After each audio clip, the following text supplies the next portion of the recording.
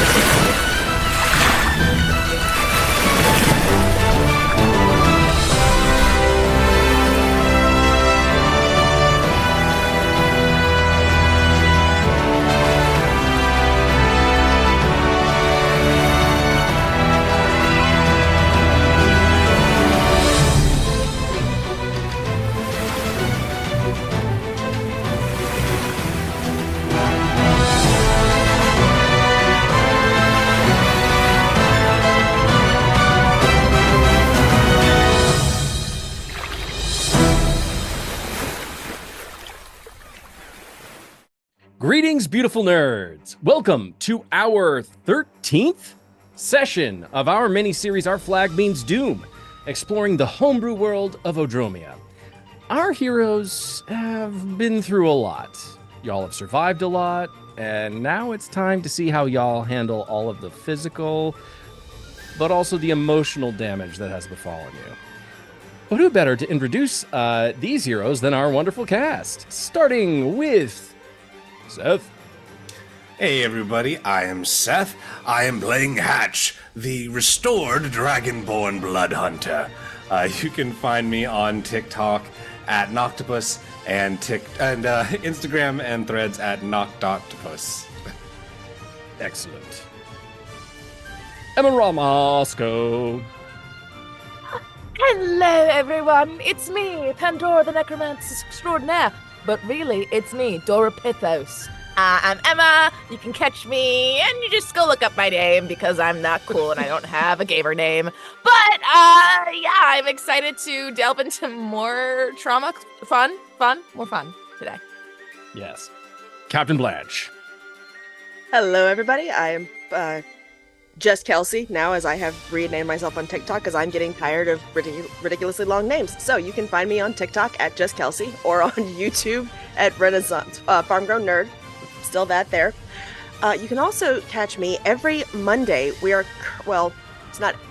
play most Mondays, but here lately we've been playing Candela. So our this upcoming Monday is our final week where our adventurers are getting into the thick of what is going on over there. But you can find it at Creator Bard's YouTube or Twitch. And that is it for me. Awesome. Definitely recommend heading over to Creator Bard's YouTube channel, checking out the adventures there. Some really good storytelling, really good casts. 10 out of 10 recommend. Last, by design, but definitely not least, we have the amazing Andy, or Valve Max. Also, he is our amazing first mate of the Hair Trigger. Hey everybody, it's Andy, and I am returning today to continue playing First Mate Brash Briggs at your service. Pleasure to be back. You can find me at ValveMax010 on TikTok or Instagram or Threads or Twitter, whatever your fancy. And let's do this. And, of course, as always, I'm your friendly neighborhood dungeon master, Andy, a.k.a. Mr.DanDyDM, and you can find me on TikTok, YouTube, Instagram, on all the other socials. If you happen to come across this episode and you enjoy it, please consider going all the way back to the very beginning to see how our amazing heroes and cast got to where they are in the story. Also, if you like this show, please go over to see the other two shows that I DM for, Shadows of Ashkelon and The Survivors of Ashkelon. Future episodes are being edited for those shows and will be released soon. Hopefully, maybe one or two before Gen Con, which is coming up in the very beginning of August. And, fun fact, you will see, if you are attending Gen Con, you will see members of this cast there. So, hopefully you get a chance to say hello. And now that we have got all of our introductions out of the way, let us dive into our lucky number 13 episode of Our Flag Means Doom. Crew of the Hair Trigger. You all, as I said in our intro, have endured quite a lot. Some of you more than others. There has been physical scars. There has been emotional scars. At this point, you have seen yourselves through all of this and have come out the other side. And yet there are still things about this story that remain unresolved. Things surrounding past events. A lot of what occurred in the city of Brecca. Some of which seem to maybe have caught up with you upon the high seas. But at least for one member of this adventuring party, there was a sense of things resolved. I speak, of course, of our very own beloved Hatch, who, after traveling with this party, has managed to remove the title of bag person from his resume. You have brought the creator of the pocket dimension within that bag that imprisoned the town of Bright Ray back within the bag, and they have released the town back to its place within the material plane.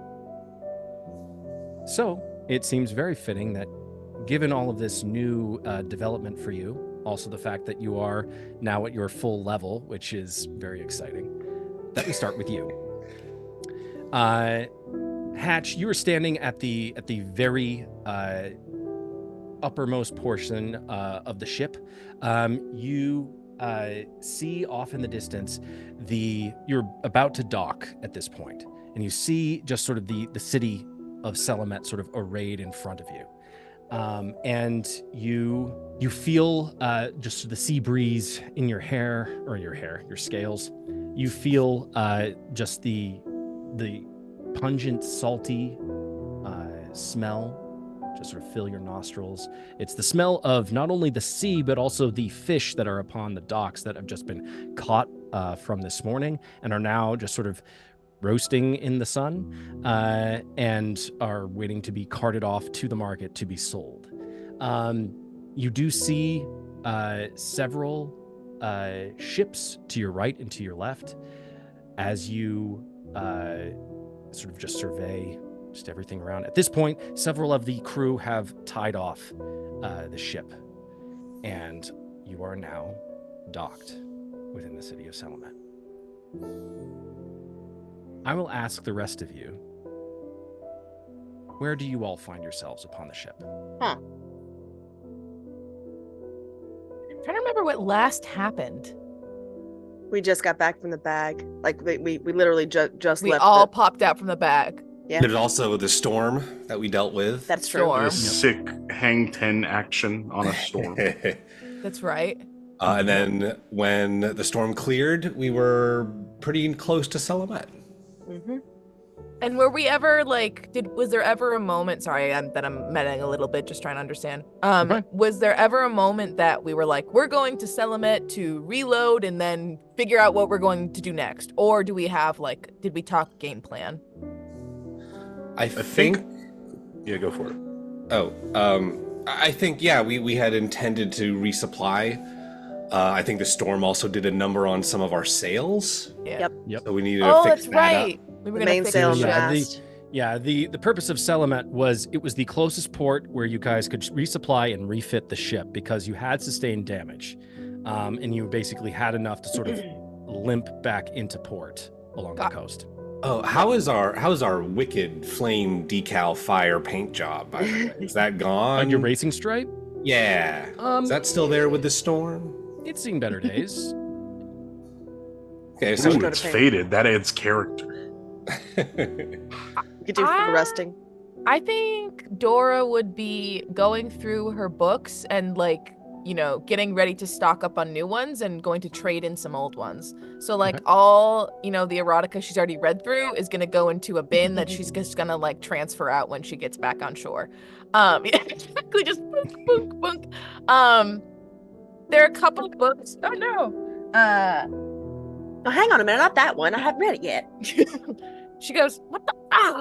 I need more room. I have no room. As you see, her walls are just covered in books. And then she starts taking books of necromancy and magic and going, don't need these anymore, and start putting them in the bin with the erotica books that she's going to get rid of.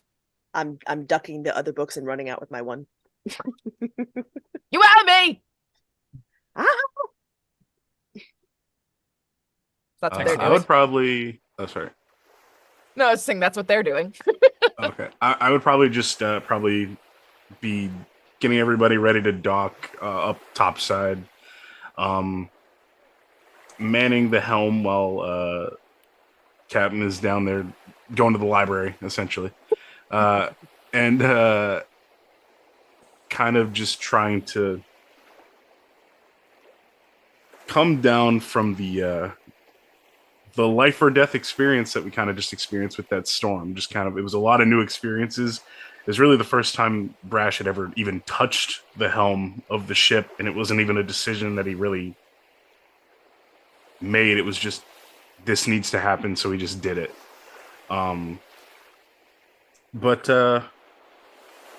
I think he's just going over damages again, trying to make a list, and seeing what all they're going to need to pick up while they're on shore.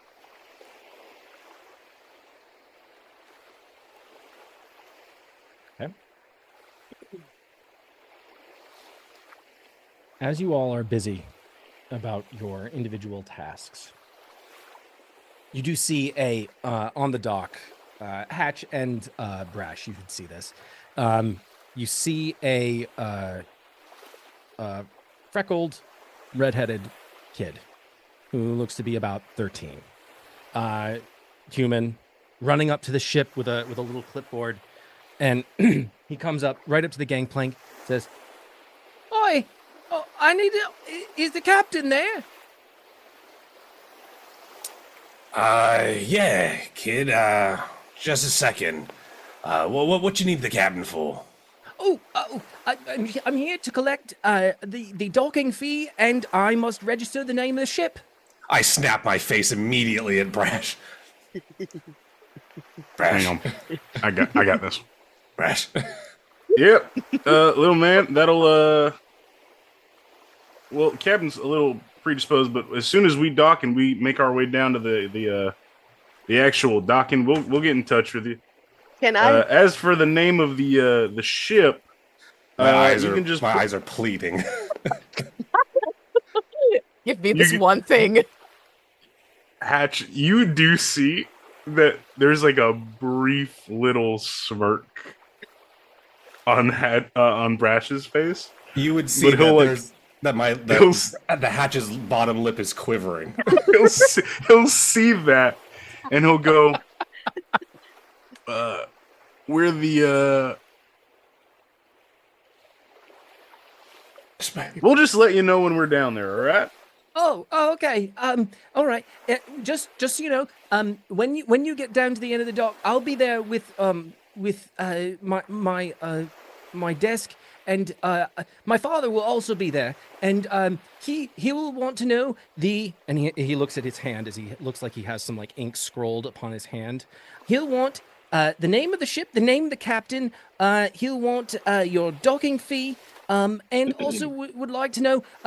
And he looks up at the rigging and the sails, and he just sort of takes a very cursory inspection of the ship itself. Do you have any outfitting fees that you wish to deposit? Because we do have some really excellent carpenters here in Selamet, and we might be able to hire them for you for a price. No, shipwrights. That's perfect. Right. So when you're ready, I'll collect that. I'll just be at the other end of the dock, right over there, right down. And he just points off in the direction. You do see where off in the direction he's pointing. You do see a dark-haired, very long-haired human who looks fairly built, athletic physique, who looks to be perhaps the father he was speaking about. He's just sort of like standing off with his arms crossed, just sort of keeping an eye on the boy. All right, sounds good. And what should I call you by? What's your name? Oh, my name is Billy, but most people call me Beans. He's just a little guy. Just a fucking little guy. He's a bee. All right, understood. But my father's Beans. name is Peter. Okay. Peter Beans. Okay. Got it. Where's the giant? It's their mom. Whoa. All right, sounds good, No, Beans. your mom We'll, jokes. We're not doing your mom jokes here. Why not? We'll get in touch with you, Beans. All right, and he sort of like gives you a half salute, and he like you can definitely see Brash that like his eyes are sort of like he got through his entire bit, but it's at this moment he's sort of like seeing you, and he's like looking at you, and it's like you could get the sense he's never seen another Loxodon before. Mm. I know it's a lot. He then like takes the salute. You see him just sort of blush, just ever so like redness on the cheeks as he's sort of he saluted, and then he runs off back to his post. At this point, Pandora and Captain Blanche, are you on the main deck? Yep, got my full-on bin of books ready to go. And I'm still walking along with the book with the Minotaur With her on the one cover. book.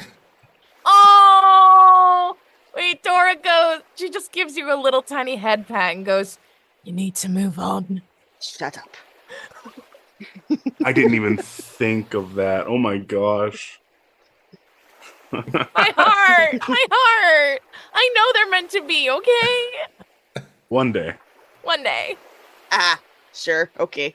I know it. I know it. I'll see them kind of come up on the deck, and I'll be like, "Hey, Captain, we're gonna need to formulate another name for our ship again. We got What's wrong people with asking ship? for the." I'll look at Hatch, and I'll see him like, Ring up. "What's up?" I just like double over, like Captain, please. It has to be something else. What? What's wrong? I will say it's funny. I'm not going to be the one to deny that. Obviously, it's funny, but it did kind of pose more trouble than it was worth the last time we used it. At this point, you see Lemegli and Ionlin. They come up behind Brash and they just like tap you on the shoulder. Yep. Captain, and Brash. So, Ionlin and I, we kind of did something a bit naughty. We pulled the crew without letting you know. We think the name of the ship is absolutely dreadful, and we would really, really love to petition to change the name. Do you mean the name what, or the name the hair trigger? I'm not doing this with you, Brash. I'm sorry. The joke is overused at this point. It's. I mean, if it's not doable, okay. I guess we can accept that. What's the new name that you got stewing up there? At this point, you realize they took the poll. They did didn't not make it come that up far. with any solutions whatsoever. They just didn't like the name, and they're leaving it entirely in your capable hands. We don't have an idea. We just don't like yours. Yep. That's something they would do. That's fair. That is something they would do. Time for a mutiny. Let's one more round. We got them this time. I would suggest we could use the name of my father's boat, but I don't know how smart that would be. What was the name of your father's boat? Sierra Steer Stampede. Just stupid. I'm gonna That's need gonna to be hear a it note. multiple times. That was more out of character than was in character because the audio came through as stupid. I'm like, No. what the fuck? No way. There's no way I heard that right. Worcestershire sauce. As long as it's not wash your sister sauce, because no. It was wash your sister's sauce. Ew. He called his ship the Sierra Steer Stampede. Sierra Steer Stampede. I knew I didn't hear that shit right. Okay. Sarah Steer Stampede. Sarah Steer Stampede. SS for short. Yeah. Kind of like that. Sounds Cute. good to me. I just, maybe we can remix it a little bit. I don't know how smart that would be. I mean, he was a pirate that was Sarah Steer decently. Tide. Carrying on the family legacy, eh? I mean, I want to. I don't know if now's the right time to start taking names. I like Sierra Steer Tide. ST. Why not? Sarah Steer Tide. Yes. We can paint ST on the side and people can just assume it means saint. Or street. Well, I don't think anybody is. Well, maybe Tyler, but Yanlin looks at Lemegli and is like looking at them with just eyes that are just so sad and as if to say, it's not possible that we didn't think this through because we should have anticipated that they would be even worse at trying to pick a new name as we would. I hear This that. is awful. we're a ship full of peas in a pod, Lemegli. That's all that means. No. She's not saying this out loud. This is just The looks. I emblazoned gotcha, I on her gotcha, I face. Perhaps we can come up with another name, some other time, but we just need a name for the docking at least. I like the first one. It's got a lot of S's in it. There's still stampede, you mean? Mm-hmm. Plus, if you think about it, we're kind of like a stampede anytime we go into. No, that's a valid point. It'd just be for the one docking. Yeah, just one. And I think can I make an insight? Nope, I'm not wise, but I'm gonna do it anyway. Fuck it. Can I make an insight check to see how important this is to Brash? Yeah, go for it. Okay, give me 1 second. Where's my mouse? Oh no. Depending for this, the DC will be 10. Depending on how high the you get, I'll allow Brash to tell you how serious they are. Well, we got a -1 to our insight, so here we go. Give us an 11. Roll no! a 10. It was a 3, 2. I'm not doing a wisdom check because it's not any better from me. I mean, he just kind of... He doesn't seem any more wary than he is normally about any given thing. Okay. She's like, I don't see the problem. Seriously, stampede.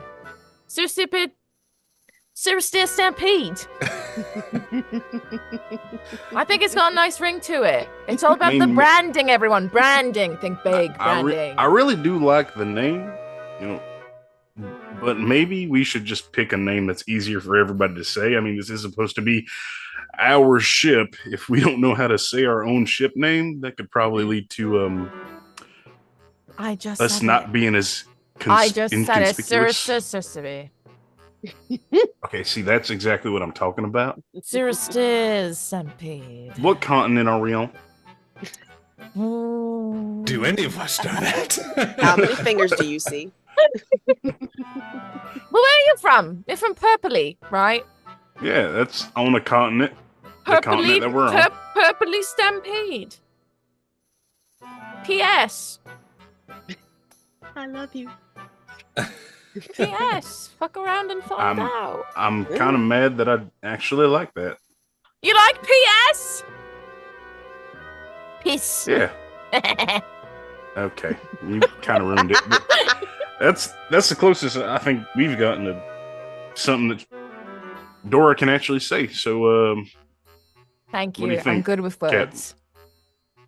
Sounds good to me. Yeah, you are typically. She ignores. Gonna ignore that. So, we have settled on the name the Purpley Stampede. Yes. Yes. For the dock, we're not actually changing the name of the hair trigger. we're not painting it on the side of the boat just yet. Right. But We don't the dock have name. that paint yet. In gold leaf. Yeah. So, the name established, it actually does seem to satisfy initially the overly critical natures of both Lamegli and Yanlin, who then turn around and go report back to the crew the new name choice. The rest, you see them report it. You don't actually hear what they say, but you do see sort of the facial expressions of everyone, and it is just like, okay. And the name has been set. They know why the name has been sort of like spontaneously chosen. It's just to satisfy a dock worker. It not in any way potentially the official name of the ship or the name that we all come to know and love in the future. But the name is chosen. You are free to listen. I think we're following your lead, Captain. All right. Well, it's my lead. Okay, come on. I jostle the books in anticipation. Oh, that's right. Yeah. Yeah. She goes.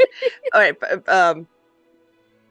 Above table, because I can't think of a way that Blanche would actively communicate this. She would just start walking. We're headed for someone to repair the ship repairs came with the docking fee, right? They're in addition to the docking fee. Okay. But it is all here. Beans and their crew will take care of it. Beans. Cool. Well then, yeah. How many books are in that box? How many books are in that box? Let's say 12. 12? Just 12. Okay. What does that mean?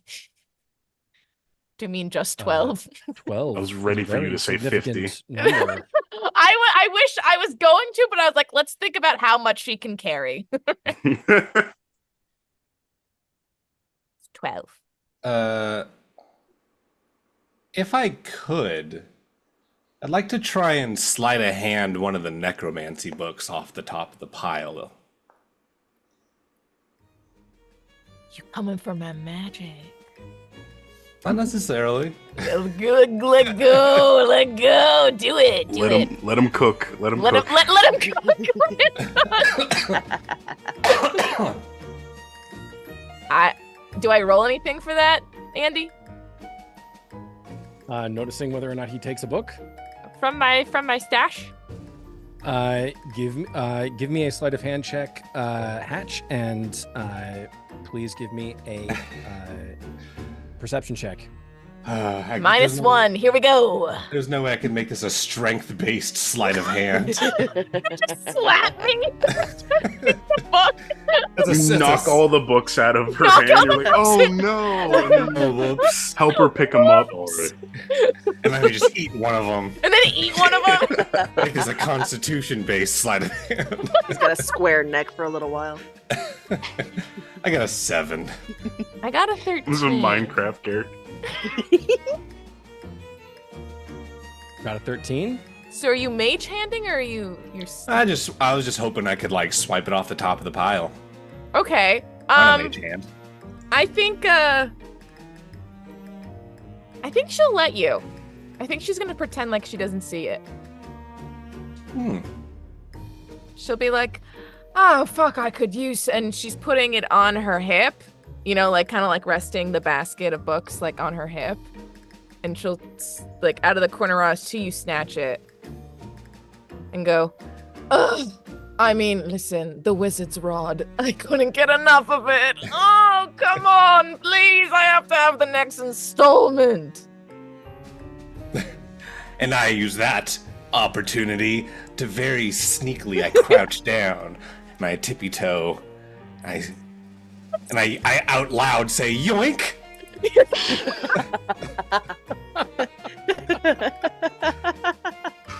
And then I fumble with my bag, just like, God damn it. Okay, here we go. In my bag. The book being repossessed. This is one of the necromancy books, correct? Correct. Okay. Oh my god. Wait, Auntie, this is brilliant. That's what I was giggling at. This is brilliant. That's the last witch's names. Yep. Gross.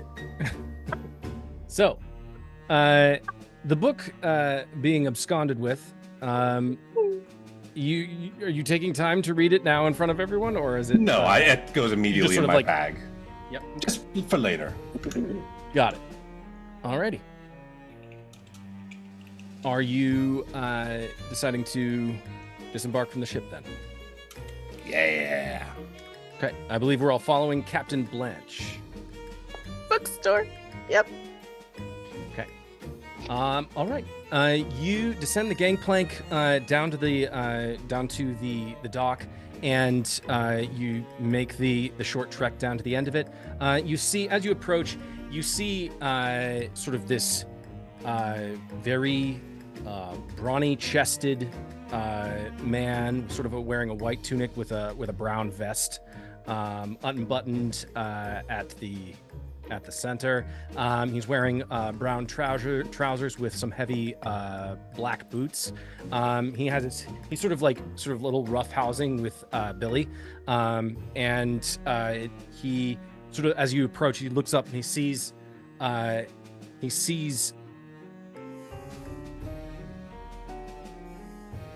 Hold, please. I'll say he probably sees everybody but me for a second. That is exactly what happens. He at first he sees you, Brash, and his eyes sort of like, oh, and then he sees Hatch, and then he sees Pandora, and his eyes just sort of very briefly linger on Pandora, or Dora right now. And he's in her baggy t-shirt, messy hair, like glasses slipping off her face, books on her hip. She's the one. Please, no! He just sort of lingers, and then he sort of like sees something darting at the very bottom of his peripheral, and he just sort of and he looks at you, and he finally sees you, Captain Blanche. Welcome to Selamet. And he becomes incredibly distracted as he's just sort of looking at you, Pandora. He's sort of just lost his train of thought. What? Sorry. What? Father, remember? And Billy holds up his inked hand, just showing his dad, like, "Hey, this is what you are asking me to ask them to get you." He's like, "Oh, yes. So, name of the ship, name of the captain, any repair fees that we need to collect on top of the docking fee."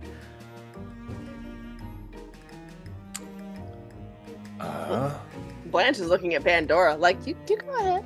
I gotta see this. She's Talk to looking him. down at you like, huh. Yeah, how much? Oh, so it'll be 50 gold for the docking fee with any repairs. That there's sort of a flat fee that we do, and then any additional sort of like heavier labor that might need to be done, whether it's in the ship's hold or perhaps a new mast. I'm not saying that's what's required here. I'm just saying that if anything beyond that, then we will further negotiate a price. So we'll inform you after the work is done. Fuck inflation, 50? All right, I guess. And she'll go and dig into her pouch and toss him 50 gold. She's still like kind of wary as to why he was staring at her. So she doesn't like let him like touch her hand long when she gives him the gold. Oh, he doesn't touch your hand. He just takes the gold, just very sort of like cursory inspection, just sort of counts. Yep. Excellent. That's taken care of. Ship's name. We are, and she sees Hatch start to have a bit of a mental breakdown and goes, we're with the Purpley Stampede. Oh, the purpley. Oh, of course. And he sort of looks at Brash, and then he looks at Captain Blanche, and he sort of notes Harangon, locks it on. Yes, purpley. Understood. Excellent. And the captain, unless it is you. And he looks at you, Pandora. What the fuck? No. And she gestures to what she's wearing, which is an oversized giant t-shirt that has Secrets of the Seductive Succubus book title and the full picture on it. All of she's wearing full merch. Yeah, she's wearing the full merch. This is the merch that the author made for like the TikTok campaign. Oh my gosh. Can I pull aside the kid and be like, hey, so real quick, where's your mama? Oh, Mother she's no longer with us. really? Now that is so terribly sad. I'm so sorry. Thank you. That's the captain. I'm not the captain. That's it? That's all you wanted to know? We're dead in the middle of something, yes.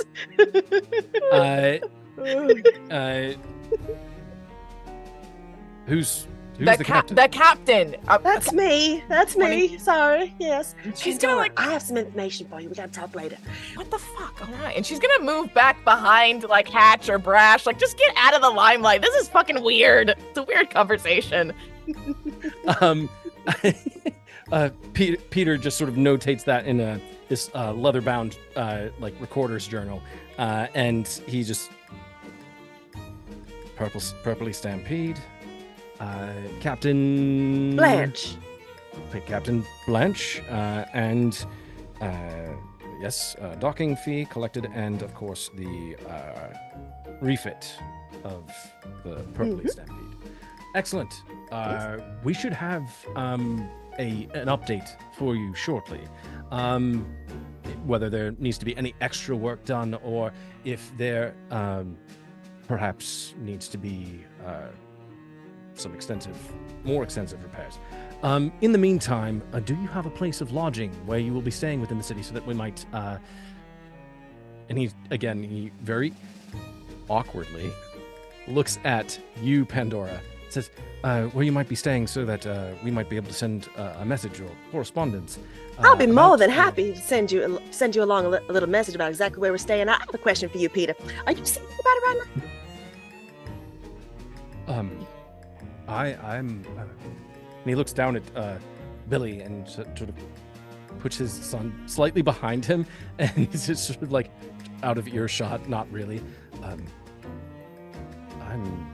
My wife has passed on. I'm a widower. Oh, that is so very sad. A single father, so nurturing and sweet, and such a good businessman running your own little setup over here. We'll be more than happy to send you a notice to where we're staying, Mr. Peter. All right? And she leans into Brash and Hatch. She wants to fuck him. Yeah. Excellent. Do you know Selamet that well?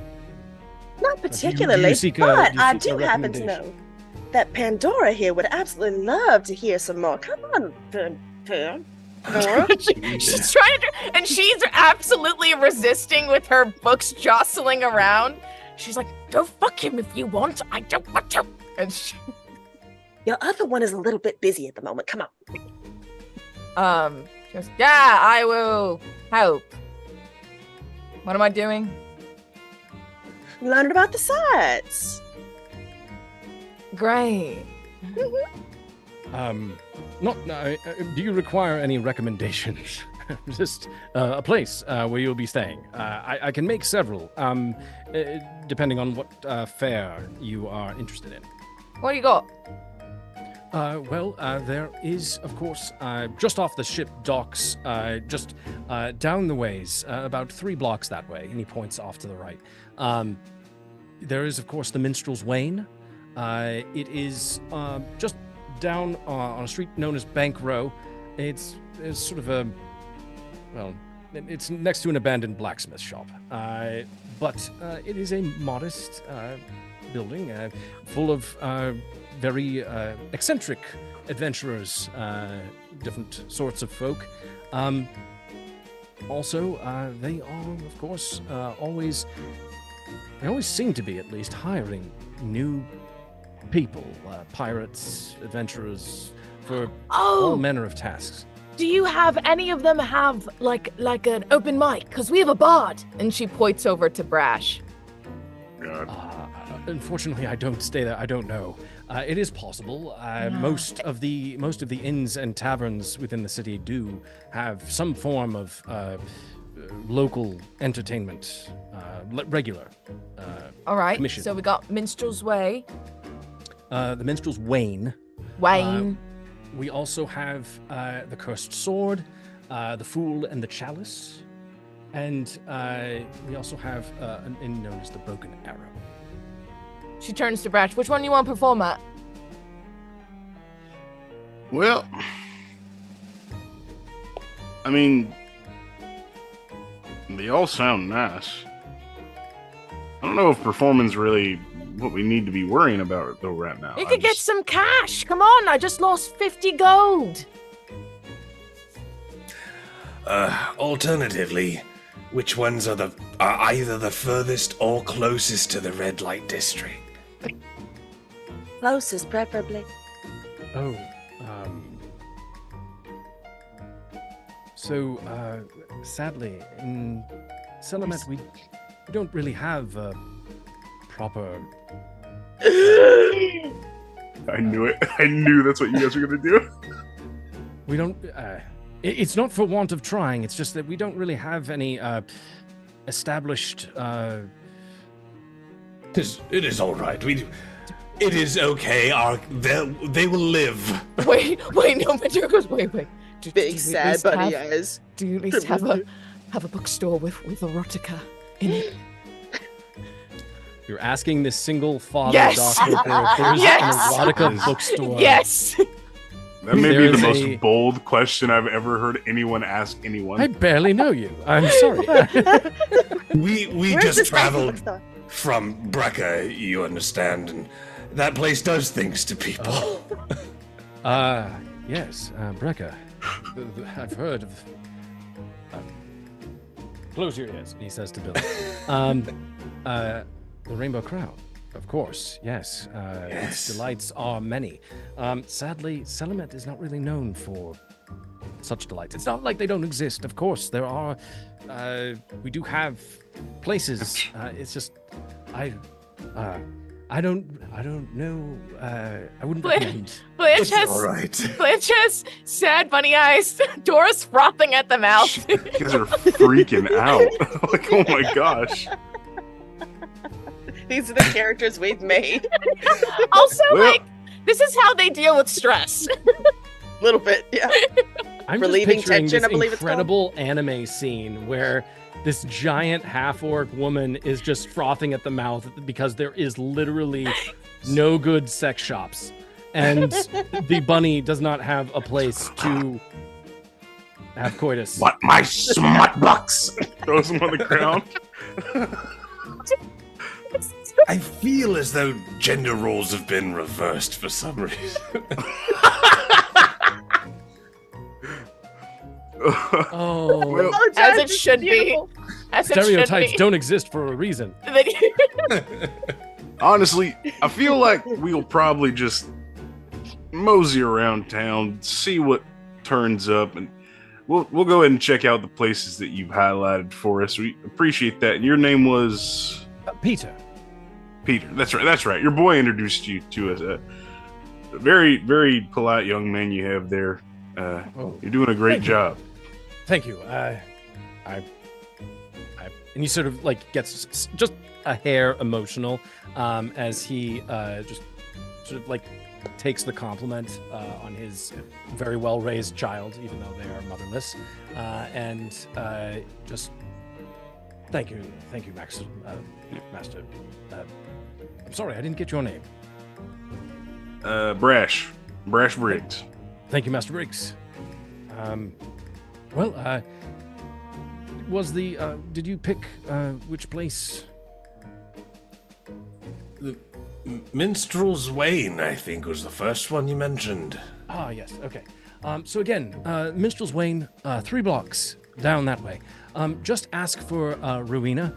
Tell her that Peter has sent you, and that you are there under his recommendation. I think that sounds wonderful. Excellent. Also, if you are staying for a little bit of time within the city, please just beware. There are. Keep an eye on your valuables. Things tend to. They're pickpockets. Pickpockets are run rampant in this city. We've grown accustomed to it because it's, some part of life really here. But travelers are always finding themselves without their valuables, or small items go missing. Keep our heads on a swivel. Appreciate the warning. Mhm. Yeah, of course. So the Minstrel's Wane, and I will send a message post haste once we have ascertained the fit for your ship. Where would we find, by the way, a market area? Just in general. So the market area, that will be in. There are several different market areas, but there are, of course, some within the Middlemire and within Ashfall and Fenhart. Okay, so just sort of all around, really. Well, there are at least 3. You won't past the city walls. You won't really find a good market area, but it depends also on what fare you're looking for. I look down at the basket. At the moment, books. She's well, after if he you- said that they steal the book, she's like hoarded over her books like a dragon with this They're not gold. gonna take your weird porn. You don't know that. It's a commodity here. Quotes. So, books, you say? So, bookstores. Yes. There are several magical bookstores where you might be able to find the of a wide variety of different wizard scrolls, several mainly to do with like histories of the area, magic of sort of the ages of past arcane events, and other than that, I mean, there are just a handful of. It's at this point, Dora, that you notice that he has noticed the box that you're holding and some of the titles that are just sort of sitting very much out in the open. Her eyes are saying, like, it's like, I dare you, motherfucker, jump. Thou shalt not try me, move 24/7. Unless, of course, you are looking for other bookstores. Oh, that's these perverts, not me. She almost shoves Hatch out of the way. Do you have them? Oh my God! What we lack for in bordellos, at least organized bordellos, we do have several shops dedicated to SMUT. We have at least 2 or 3 that might be right up your alley. Oh, please! I'm parched. I'm dying of thirst. She's already running down the street. There is the Bard's Boudoir. There is the Naughty Nook, and the Sultry Scroll, just to name a few. Andy prepared these. It's almost like I've been DMing for you guys 13 sessions at this point. I know my children. I know what the kids want. That ain't me. That ain't. I ain't all of us. apologize. This is beautiful, every single bit of it. I love it. Me and Seth could really go for a nice, chill fight pit. I just want to find a Dave & Buster's. Yeah. At least in terms, while you're here, there are several attractions that you might find strike your fancy as you are within the city of Selamet.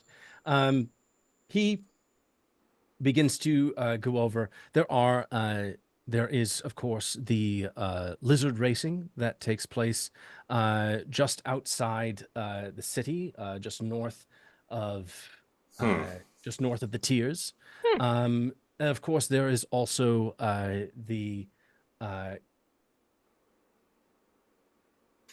it's not exactly legal, but just south of, just east of God's Oasis, as you head out into the desert. If you follow the river going east, you will eventually find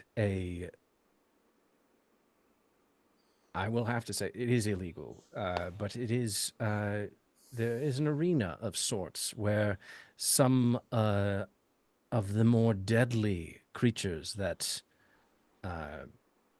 inhabit the desert of the Silent Mother are captured and brought to our fair city, where if an adventurer it strikes their fancy to fight one for coin, there is a gambling ring that is attached to it where people might place bets. That's interesting. Of course, you did not hear that from me. I only... No, of course not. Not what? What are you talking about? Shush.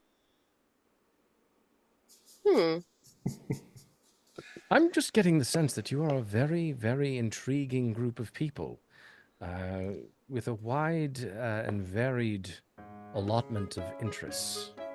We like to keep our options open, good sir. We're privateers.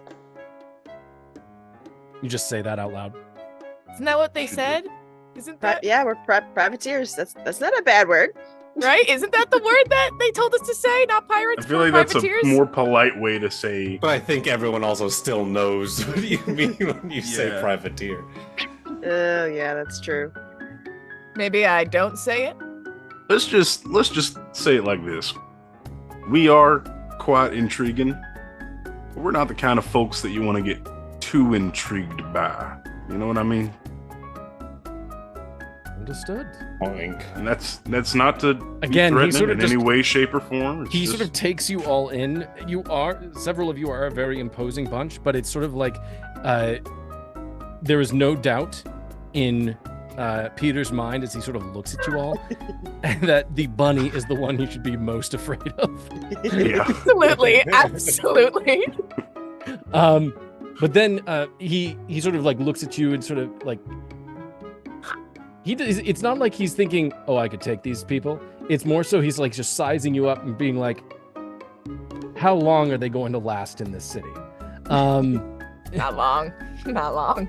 Well, let's Not see. enough. Well, as I said, the Minstrel's Wane is down that way. Tell Rowena that Peter sent you, and that you are able to stay on his recommendation. There are several, perhaps, jobs that Lady Rowena might ask you to work on if you wish. If you do not have the coin to stay there.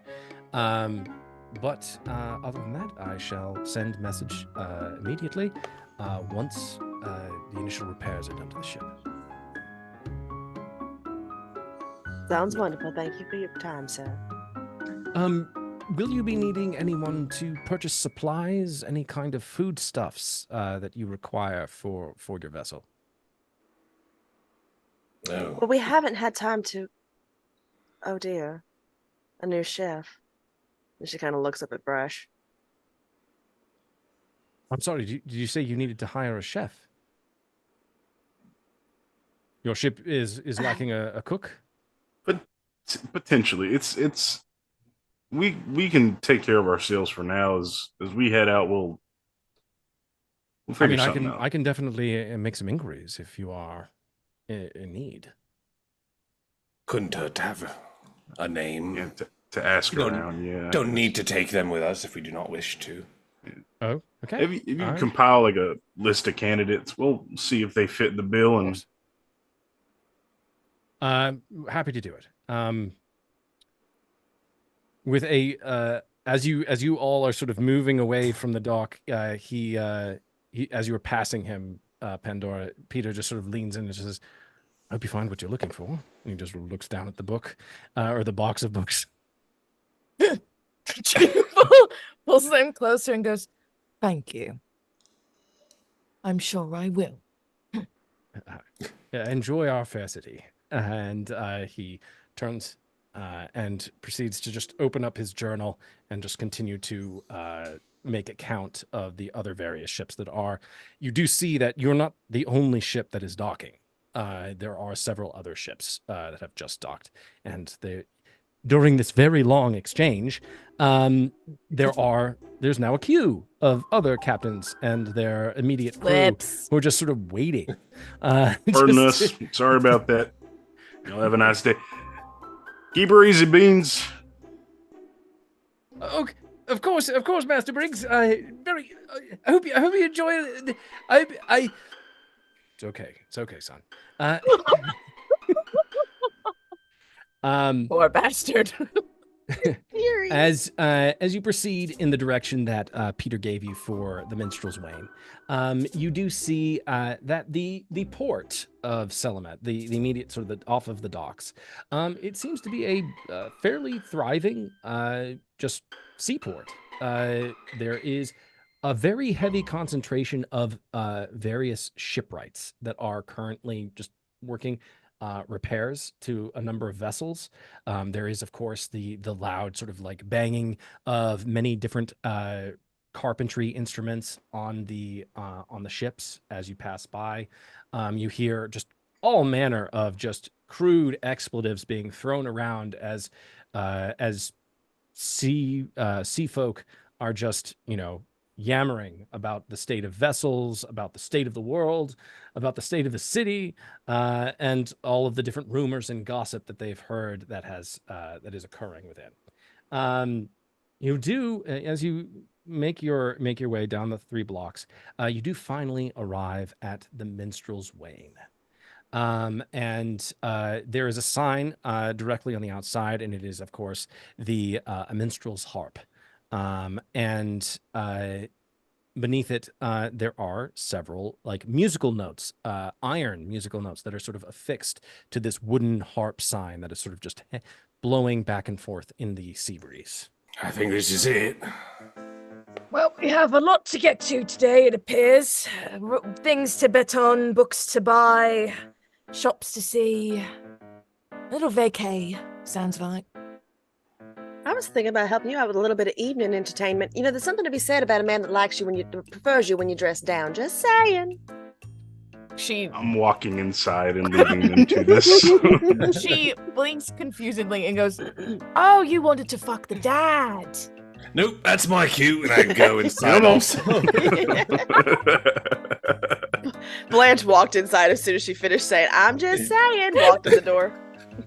Nora's the last to go in, and she goes, "If you want him, all yours." A hurried shuffle. Your hands just press into my back, and you're just like, go.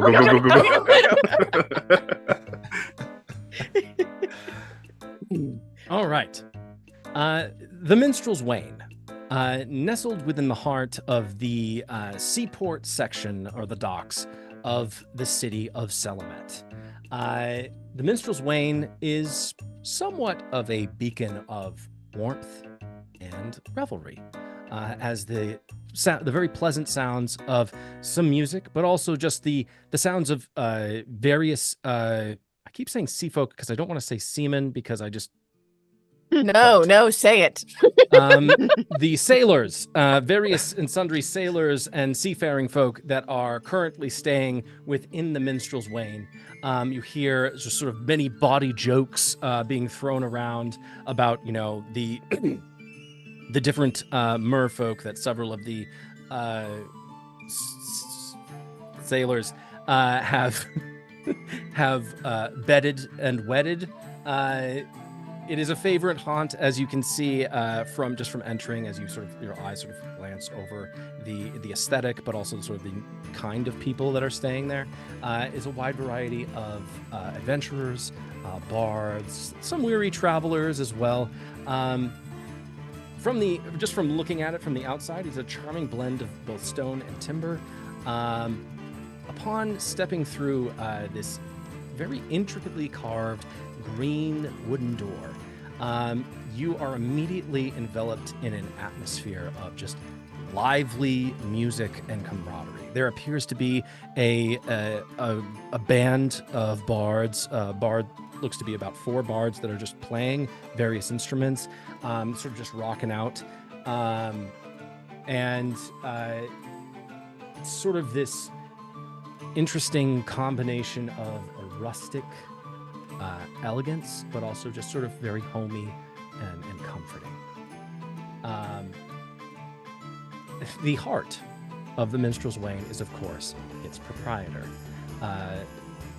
Lady Rowena, who is behind the bar and is sort of moving about between the different patrons, taking drink orders and delivering food. And it appears that she runs this place all on her own. It is just black hair, tan skin, definitely a woman who has been doing this for a very long time, but has still managed to maintain this beautiful, vivacious appearance. She works behind this very polished, looks like this freshly, well, almost not freshly, but like this oiled bar top that is what looks to be made of like this massive, like cut into this massive mainmast of a ship. That is, and then behind this is very like sort of rustic Cape Cod, Massachusetts aesthetic. I'm home. Where there is a very clearly the helm of a ship that is sort of hanging behind her, that is on like amidst the shelves of like all the different kinds of liqueurs, and there's various like anchor accoutrement and like seashells, you know, baby blues on the wall, net rigging, the hempen rope. Yep. Also sort of interspersed within all of this seafaring aesthetic is some of the most notably sort of clashing with that aesthetic is the floors.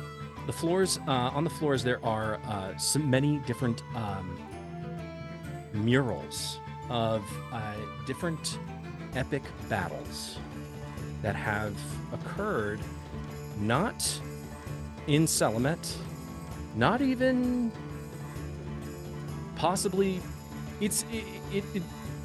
Actually, what am I even doing? Everyone just sort of give me a history check. History.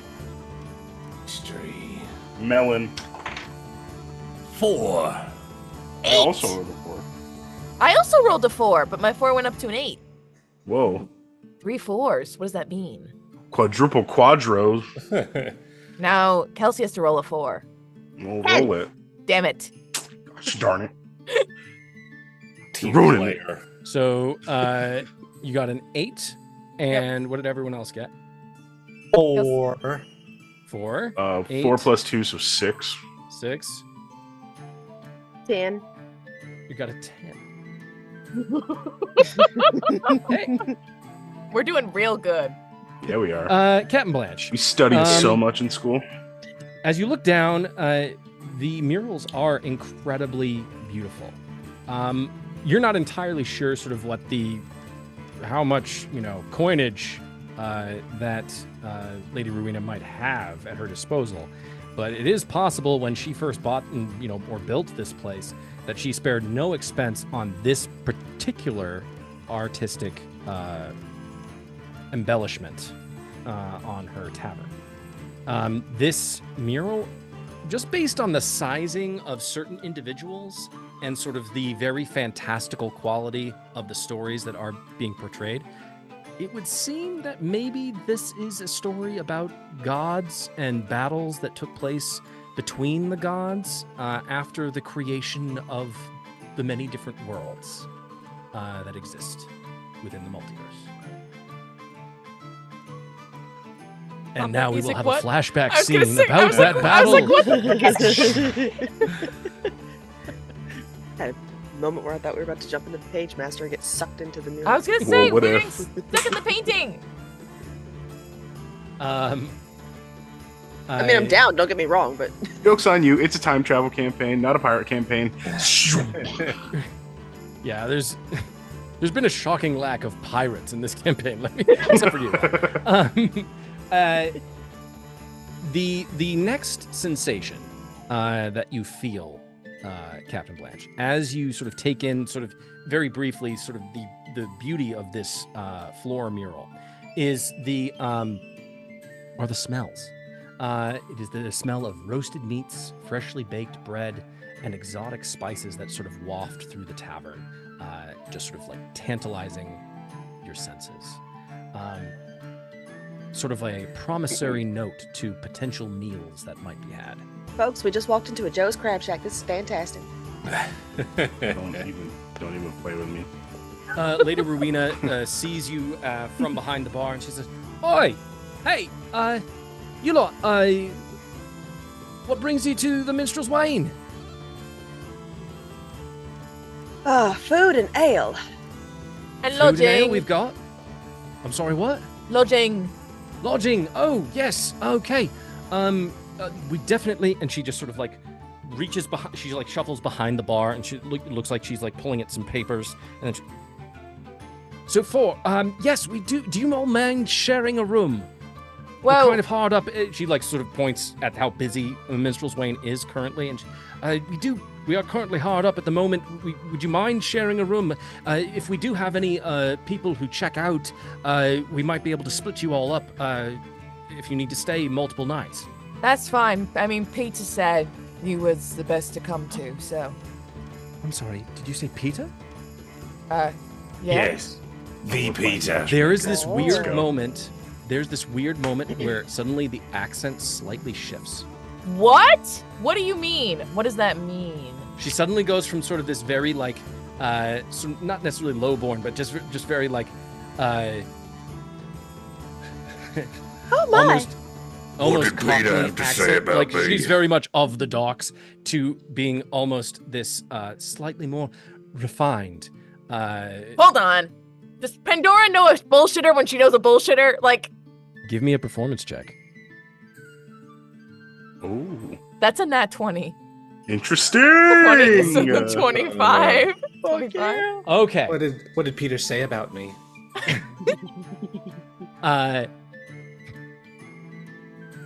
Dora, Yes.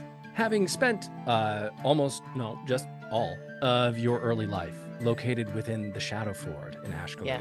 the entertainment district, this glowing symbol of all manner of different vices and also all manner of pleasures and entertainments that one could find or want to find within a large metropolis like Ashkelon.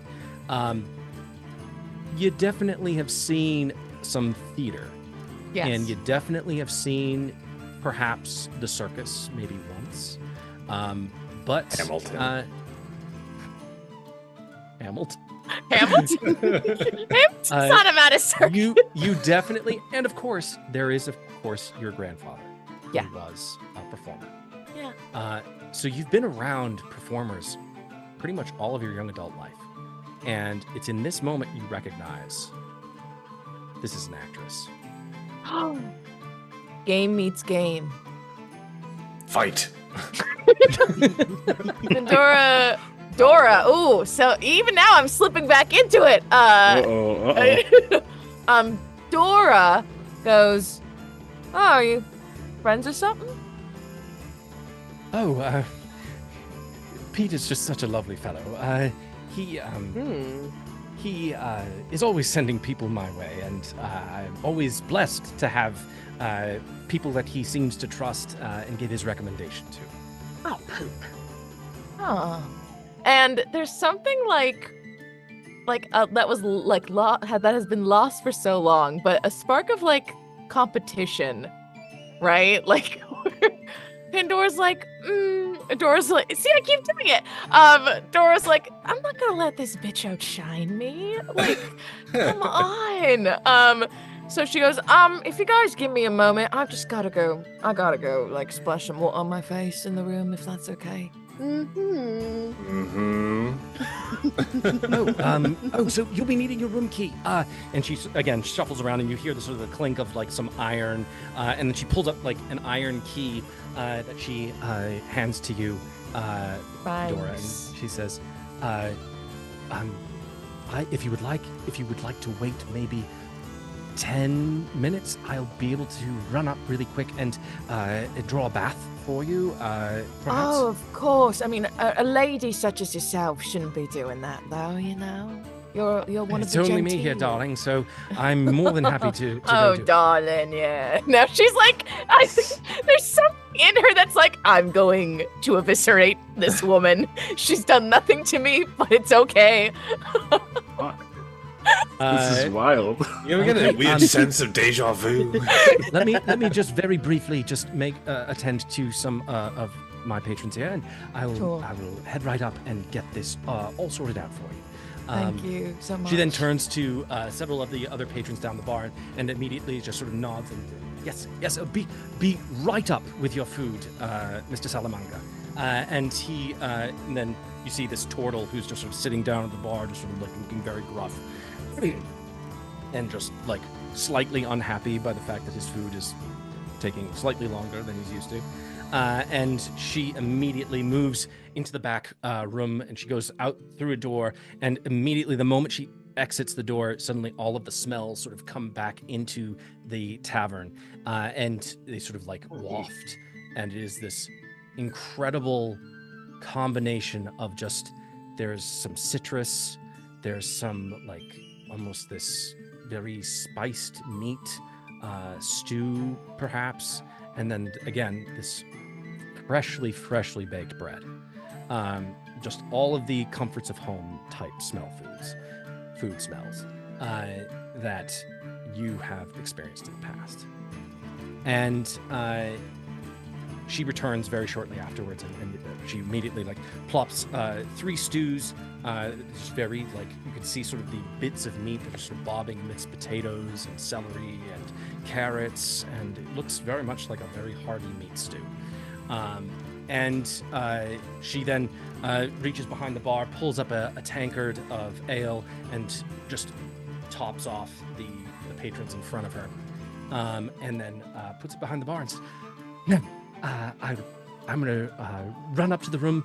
I shall get your sleeping arrangements squared away, and I will also draw a bath for you. Sorry, what are your names? Just so I have them for my records." Hatch. Hatch, okay. Brash. Brash. Blanche. Very She's well. still is she still doing the accent? Is she still doing like Oh her no. performance? This is no accent here. She's not doing the performance right now. Oh, it seems to be that in this moment she has dropped it. It's just okay, if it's dropped and she goes, Dora. Dora. Oh yes. Dora, Blanche, Brash, and Hatch. And she just sort of flashes a grin at you, Hatch. And then she immediately runs up the flight of stairs and she disappears from view. In the meantime, as you sort of like standing by the bar, you sort of like get a chance to look over the rest of the patrons. Everyone give me a perception check. While we're looking around, they'll hear Dora mutter under her breath, "I'm gonna fucking win." That's a normal thing to What? hear. I'm sure that's fine. What? Oh my What god. do you mean? I rolled a 2, which brought me down to a 1. Lol. I believe I got a 6. I'm focused on winning. I rolled a 12, unless this is a perception check that involves my sneaker. His Oh nose. yeah. Also, is this a spell? Spell? Sure. Ooh, then I get advantage. It's a That's spell? a 10. Oh. A 15. Hey! 15. Okay. Your senses, Brash, are very finely tuned. Being a Loxodon, you rely very much on your sense of smell, as it can tell you a lot about an environment. So not only are you getting the smells coming wafting from the kitchen, you're also getting some sense of the different liqueurs and ales that are present behind the bar. You smell some of the bar patrons, several of them very swarthy seamen who are just very just covered in like the brine, obviously haven't taken a bath in a minute. You also see, there is also that very familiar scent of certain waxes and oils that performers would apply to their instruments to make sure that they are finely tuned. Rosin. Yes, resin. Thank you. Rosin.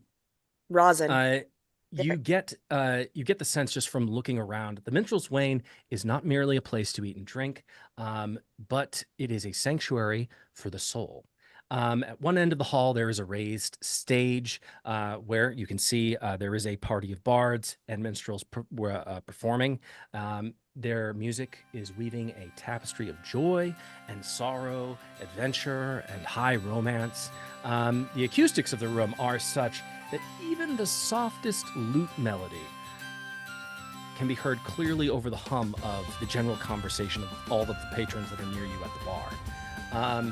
It would seem that Lady Rowena has a place that is of true value here in Selamet. Perhaps even a reason for staying in this city, or maybe an attraction. Who knows? It is a place where you can find a night of revelry, a moment of solace, or simply a warm meal and a friendly face, which is something that is in high demand from this crew currently. I'll catch up to you guys. Give me a bit. And I'm just gonna kind of like mosey, but I'm gonna mosey deliberately towards the stage. I get 10%! I don't do it for money. At least not this part. Boo! So 100%. Oh my, What am- yay! What I'm saying is I don't make money from this, and so you probably won't be making any money. Why At least not? from this. You're really good at it. Because, well, one, I don't get paid for this. Why 2. not? You put your hat down in front of your music, and then you let people throw coins in. Yeah, but I have to wear my hat during my performance. Okay, then you can borrow one of my hats. And she That doesn't make any sense. Why would I have 2 hats? Because you need to put money in the hat. Weren't you going to take a bath? I imagine the whole room has gone dead silent, and you two are just yelling over. No. The music is still Okay. still maintaining everyone's focus currently. Though try as you might, you have not managed to disrupt the current performance. Whatever. I'm taking a bath. Enjoy your creative whatever. But I'm just Thank saying you you very can make much. a profit. We have plenty. It's the principal. As she's like going up the stairs, just like boom, boom, boom. You hear, it's the principal being paid for your labor, dumbass. And she's slamming doors as she goes up. It's the difference. This ain't labor to me. She says it in different ways, but Pandora's still down there somewhere. I was worried for a second there. She was always bound to come back. She just needed time. Yeah, I thought I'd never hear her nagging about me about money again. It's a good thing she's all the way upstairs and can't hear any of this. Or retaliate. That's an important part of that. Suddenly you see like shambling bodies suddenly tumble down the stairs as she's managed to like find. arms burst from the floorboards and drag you down. Like one zombie goes, "What did you say?" I guess we spoke too soon. Ba-da-da-dum-ba-dum. Scooby-Doo. While you are waiting for Lady Rowena to return, what would you all like to do? Because she hasn't returned just yet to bring you up to the room. Oh, then she's grumpily waiting on the stairs. She can't turn back now. Yeah, I'm heading over to the retcon stage. all of that in exchange. In exchange, you said I can retcon it? Yeah. Okay. None of those snide comments actually ever happen. Then she's grumpily like sitting glaring at Brash going up to the stage and not doing it for any form of payment. It's my life. It's your art. She's a capitalist. I mean, it's Listen. now or never. You're never gonna live forever. Listen. Hey, Blanche is too. I ain't got no room to talk. Listen, when it comes between this and your next meal, you'll be thanking me. Don't you guys have like a thing of platinum somewhere? It doesn't matter. Yes, we It do. doesn't That's matter. what I'm saying. It's doesn't not matter. the point. It's the principle of the thing. The, only principle. reason Not Blanche all hasn't art been is making this created argument- through pain, Dora. That's what I'm saying. I'm like, I just do this because I love it. I don't do it because I need to meet some sort of financial. I don't think like, she gets requirement. that. How No, she that's- grew up, she doesn't get it. Yeah, and it's very conflicting. It's like, if Like- you do something, you better get paid for it. It's like Yeah, otherwise what you're her gonna die. motto is. It's the And, difference like, between a theater to kid it- in Chicago or New York and a difference between Yeah. like a theater kid in LA or San Diego or San Francisco. Yeah. Like, I do because Okay. I love it versus like, I need to eat. You will. Brash, what are you doing? As I get kind of closer to the stage and just see this kind of like group, I take them in visually for a moment before I go, all right, I've seen everything I need to see there. And then I close my eyes and I'll just kind of absorb all the sounds. And I'll just take a few minutes to pick out each individual instrument and just, yeah, they're right on it. Okay. Ooh, that was nice. As you are experiencing the music, you also are taking note of the people playing it. You do see a half elf who very striking, with long silver hair that cascades in waves down her back, contrasting sharply with her warm and amber eyes. She is dressed in a flowing emerald green robe adorned with some silvery embroidery that glimmers in the light of the tavern. Very sort of like Arwen-esque from Lord of the Rings. The others, there is a human There's a tall, lean man with raven black hair that falls to his shoulders, with piercing blue eyes. His attire is sort of very dark and mysterious. He's the drummer, consisting of a long Ooh. black coat, Does he high look black sad? boots, and a wide-brimmed hat that casts a shadow over his face. You can't really tell if he's sad. He's the Undertaker. There is a Lucas? silver skull brooch that glints on his lapel. Following from there, there is a tiefling, a red-skinned tiefling, with glowing golden eyes and a pair of curved ebony horns. She also has long black hair that is tied back in a braid, revealing very sharp features and a confident demeanor. She is the most flamboyantly dressed of the group, wearing very vibrant flame-colored clothing that seems to match, at least in terms of how she plays, a very vibrant and fiery personality. And then last, shorter than all of the rest, is a halfling, petite halfling woman with curly auburn hair, bright green eyes, and just whereas the human man, the drummer, looks to be like very dark and mysterious, the halfling is the picture of brightness and jovial, just perpetually smiling, it seems. They have just sort of this cheerful expression always plastered on their face. If you are the kind of person who's always down and morose, you definitely get the feeling that you are either A, going to be very, very unhappy around them because you'll never get to how happy they are, or you'll just let it wash over you and you'll just become happy as well. Dora probably doesn't want anything to do with that person. Raid She's camps. dressed in a little more colorful than the drummer, but a patchwork of clothing that reflects her whimsical nature. She has a small silver flute that is tucked into her belt that she pulls out between moments when she is singing.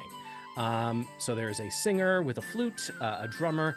There is what would appear to be a master vocalist and a skilled harpist in the half-elf. And there is a combination.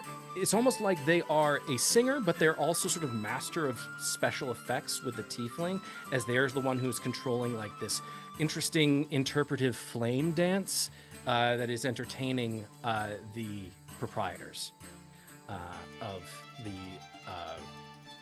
Minstrel's Wane. And that is a description of the band that is currently playing. All of as the song comes to an end, the song sort of goes through this sort of epic tale of love lost and love found, and ends with sort of this almost soothing, hypnotic quality that is capable of calming, at least seems to calm even the most agitated of minds. Brash's thoughts will immediately kind of wash over to Florencia, and then immediately just kind of, there's a lot of doom and gloom usually when he thinks of her. It's like, oh, I'll never see her again or anything like that, but there's he's kind of in this moment well, I'll never say never. There's maybe a 2% chance, but there's a chance. And he'll just sit with that. We just gotta go As he back to listens to Brecca for Valentine's Day. I'm not going back to Brecca if we're not going to drop a motherfucker. We're going for Valentine's Day and the Valentine's Day episode. And to drop And to drop a somebody. motherfucker. But also for the Valentine's Day episode. Okay. As the music comes to a close, Dora, you feel a tap on your shoulder. Turns around. It's Lady Rowena. She has knelt down and she says, "Your room is ready." Normal voice still? Yeah. Thanks, Dad. And she'll tip her a gold coin as she'll head up the stairs. Thank you. Sir, you work hard, I get it. Good work. And she'll go up to take a bath. Okay. What do all the rest of you do? I think that even though he doesn't need to anymore, Hatch has gotten into the habit of journaling. And I think he'll probably take up a table somewhere decently close to the music so he can get, have his lo-fi beats to study to. Cavern lo-fi beats, yes! And I think he'll just kind of recap the events as he understands that they've happened up till now. I think that's probably what he'll spend the evening doing. Okay. Blanche is probably sitting somewhere like near him at the same table. Only while he's writing, she's reading. Which book? You have the titles. That is true. Which one did I take? Where did Roll it a go? d12. Where'd it go? Oh, dear. No, because I already said it was a book with a minotaur on the It front. was something with a minotaur on it. Oh, of course it was. She rolled a natural 20. I don't understand what it is with this dice and romances with my characters. Love. It's love. Well, It's it could ridiculous. be 11 or 12.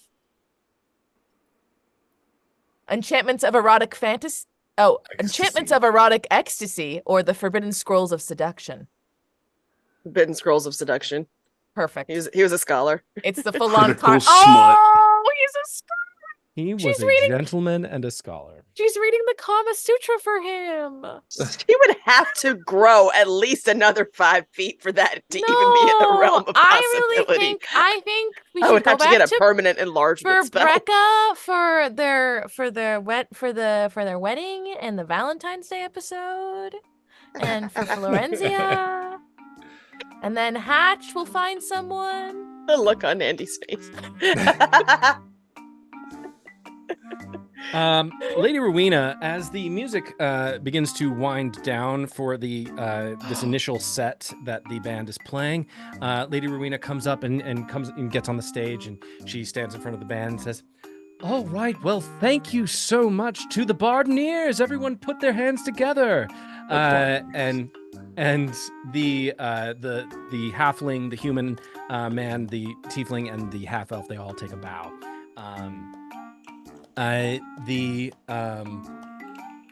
So they're gonna take a little bit of a break. Right now, beer and ale is half off at the bar for those who are continuing to enjoy the music with us this evening. If there are any other musicians who wish to play during this interlude, please feel free. We do have several instruments that are free for anyone to use. If you are feeling capable and you wish to perform. I need an ale, and I need a stage. Oh, you're in luck because it's 50% off. I heard it's pretty good, right? We're doing nickel shots. Oh God! While we wait for the ale and the beer to arrive, we will take a break. Yay. We're gonna get crunk tonight, y'all. Yeah. And we're back. So Party episode. Pandora, you head up the stairs. You turn the corner, and there's this hallway. On either side, there are doors that enter into other rooms. There look to be about 6 doors on the right, 6 doors on the left. There is, of course, you know that, or Marina tells you, you're number 6 on the very far end on the right, and you realize that the ones on the right are seaside views. The ones on the left are views of the city. We get the seaside. Yeah. And so you head all the way down it's a very sparse hallway. It's very well lit. Just some different braziers that are sort of or braziers that are hanging from Oh, another pair. that are hanging from the walls. And you see, as you enter the room, you see not an opulent room, but it looks like it looks like a room that has a wide variety of different aesthetics at play, because there was the aesthetic when the Minstrel's Wane was first opened. Oh my. And then there was the aesthetic that happened once Lady Rowena perhaps had a certain modicum of success. Oh dear. And then once she started hitting her stride, she started to like piece in different aesthetic items. It's a lot. There is a lot of stuff happening in this room. That being said, it does have all of the necessities that one would require in staying. There is a cast iron bathtub that is what looks to be behind a barrier, like one of those, like what do they call them? It's the thing that you would change behind, but it folds up. Oh, Like a room divider kind of yeah, thing? like a folding screen. Folding screen, thank you. It is behind a folding screen that very much just sort of obscures the area where the bath is located. The bath is steaming right now. It looks like it has been freshly filled. And there is a chandelier, a cast iron chandelier in the center of the ceiling that is very sort of brightly illuminating the room. It is a very sort of homey room. Though it's aesthetic, it doesn't seem like it can decide like where it comes from. So it's sort of a weird blend of homey chaos.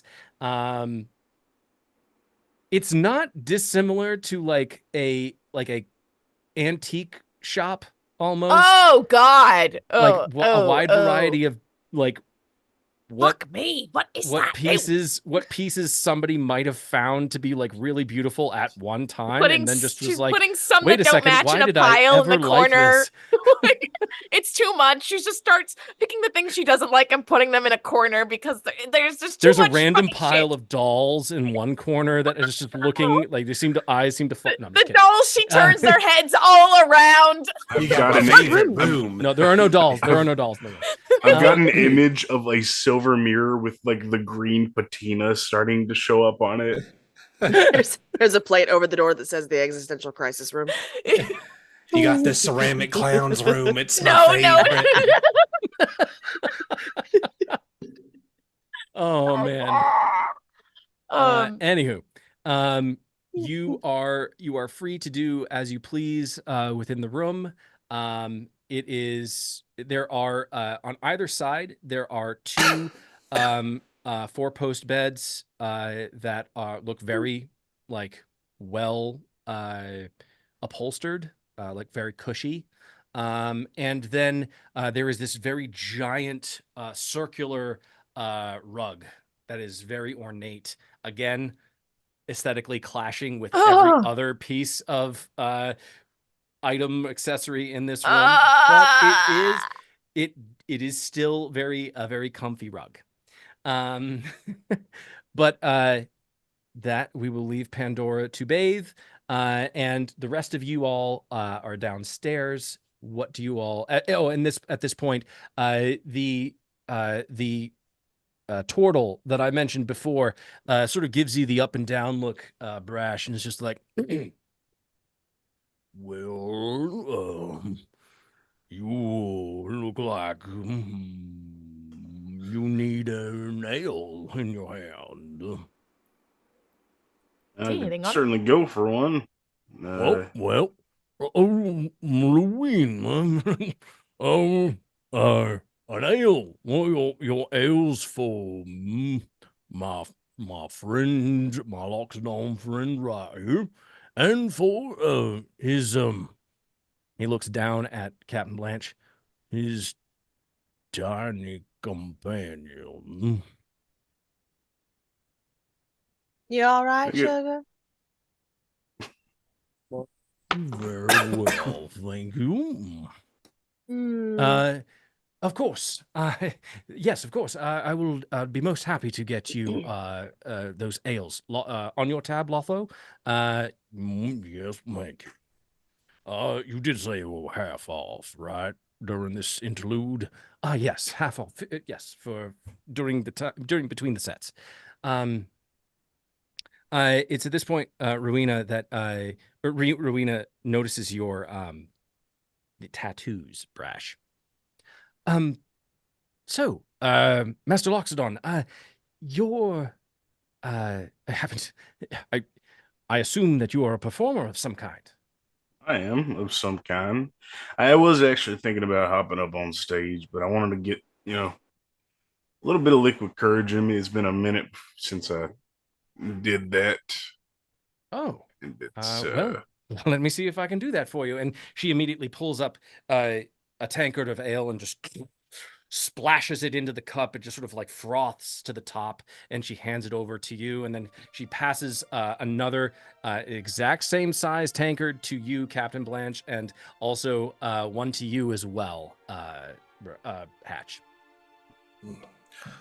Much appreciated.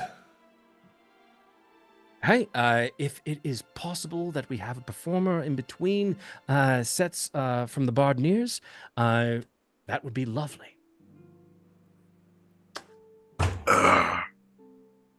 You got it.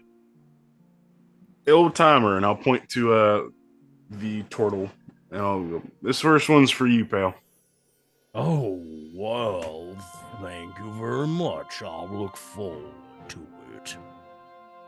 And I'll walk up to the stage. Just roughly, what's the range of instrument look like here? Excellent question. So you have your standard lute, sort of like almost like a medieval guitar. There is a harp. There is also a keyboard, not quite a harpsichord, but kind of like a precursor to a harpsichord of sorts. A Yamaha. You also have there is a very high quality set of drums that it's a drum kit. It's like a legit drum kit. And then there is some bagpipes that are also present, but seem to be collecting dust, as it does not appear that they are used quite frequently. I'll see the drum kit and I'll kind of give it like a whistle, and I'll be like, "This is nice. Yeah, this will do." All right, and I'll sit behind it. I'll kind of give her the old once over, like do sound checks. Immediately, all of the patrons in the tavern immediately turn their heads, and they just see you, just sort of like testing it out. I'll take a deep breath. Here we go. And I'll crash cymbals, start laying down a beat. You get the idea. Yep. You start laying down this beat. Everybody, at first, everybody who had moved from the front row from the stage, who had moved from the front row to the bar, suddenly like they take their drinks from the bar and they immediately return to their seats, just sort of like eyeing you with curiosity as they sort of like begin to take in sort of the vibrant quality of the music. You see several of them start tapping their toes, like snapping their fingers. You see a lot of them are just sort of like taking in this new music that is being performed. Hatch and Captain Blanche, are you joining Brash on stage? Oh, fuck. Give in.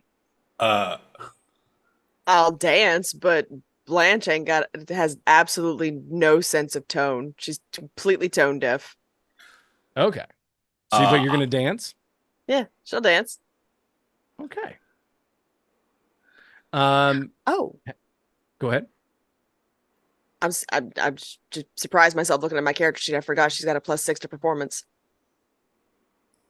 That's all the reason you need to do it. Go off, Captain. What about you, Hatch? Hatch upturns his flagon, slams it down on the table, and I give a Brash like a slightly envious look. Like, I'm happy for him. I'm a little bit jealous though that you're up there. I do kind of like this thing, like And I will, as I'm playing, I'm just like, I'll kind of like nod and gesture to the stage, like, come on. All right then. Oh, what's gonna do the least damage? Go big or go home. Yeah, I'll pick up them fucking bagpipes. Let's go. What? Fine. Oh. Never touched Okay. one Blanche of is these doing a in river day in my dance. life. I'm going Okay. to, as he's walking up the stairs picking those bagpipes up, I'm doing like a boom, and that will be an inspiration I send his way. Yeah, we're gonna need it, Okay. huh? All We're right. gonna need it. Now you bardically inspire on what dice now? I Your believe D8 it's still a still? D8. Yes. D8. Okay. All right. Oh. Captain Blanche.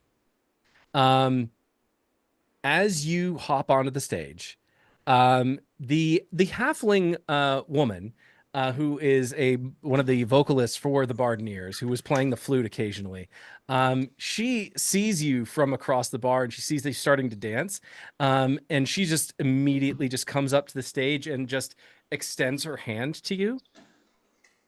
She'll take her hand. Absolutely. Okay. I need each of you to give me a performance check. Let's go.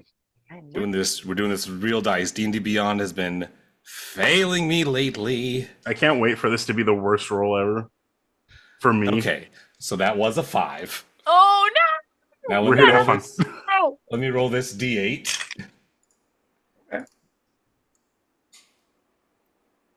It's an 8, so 13.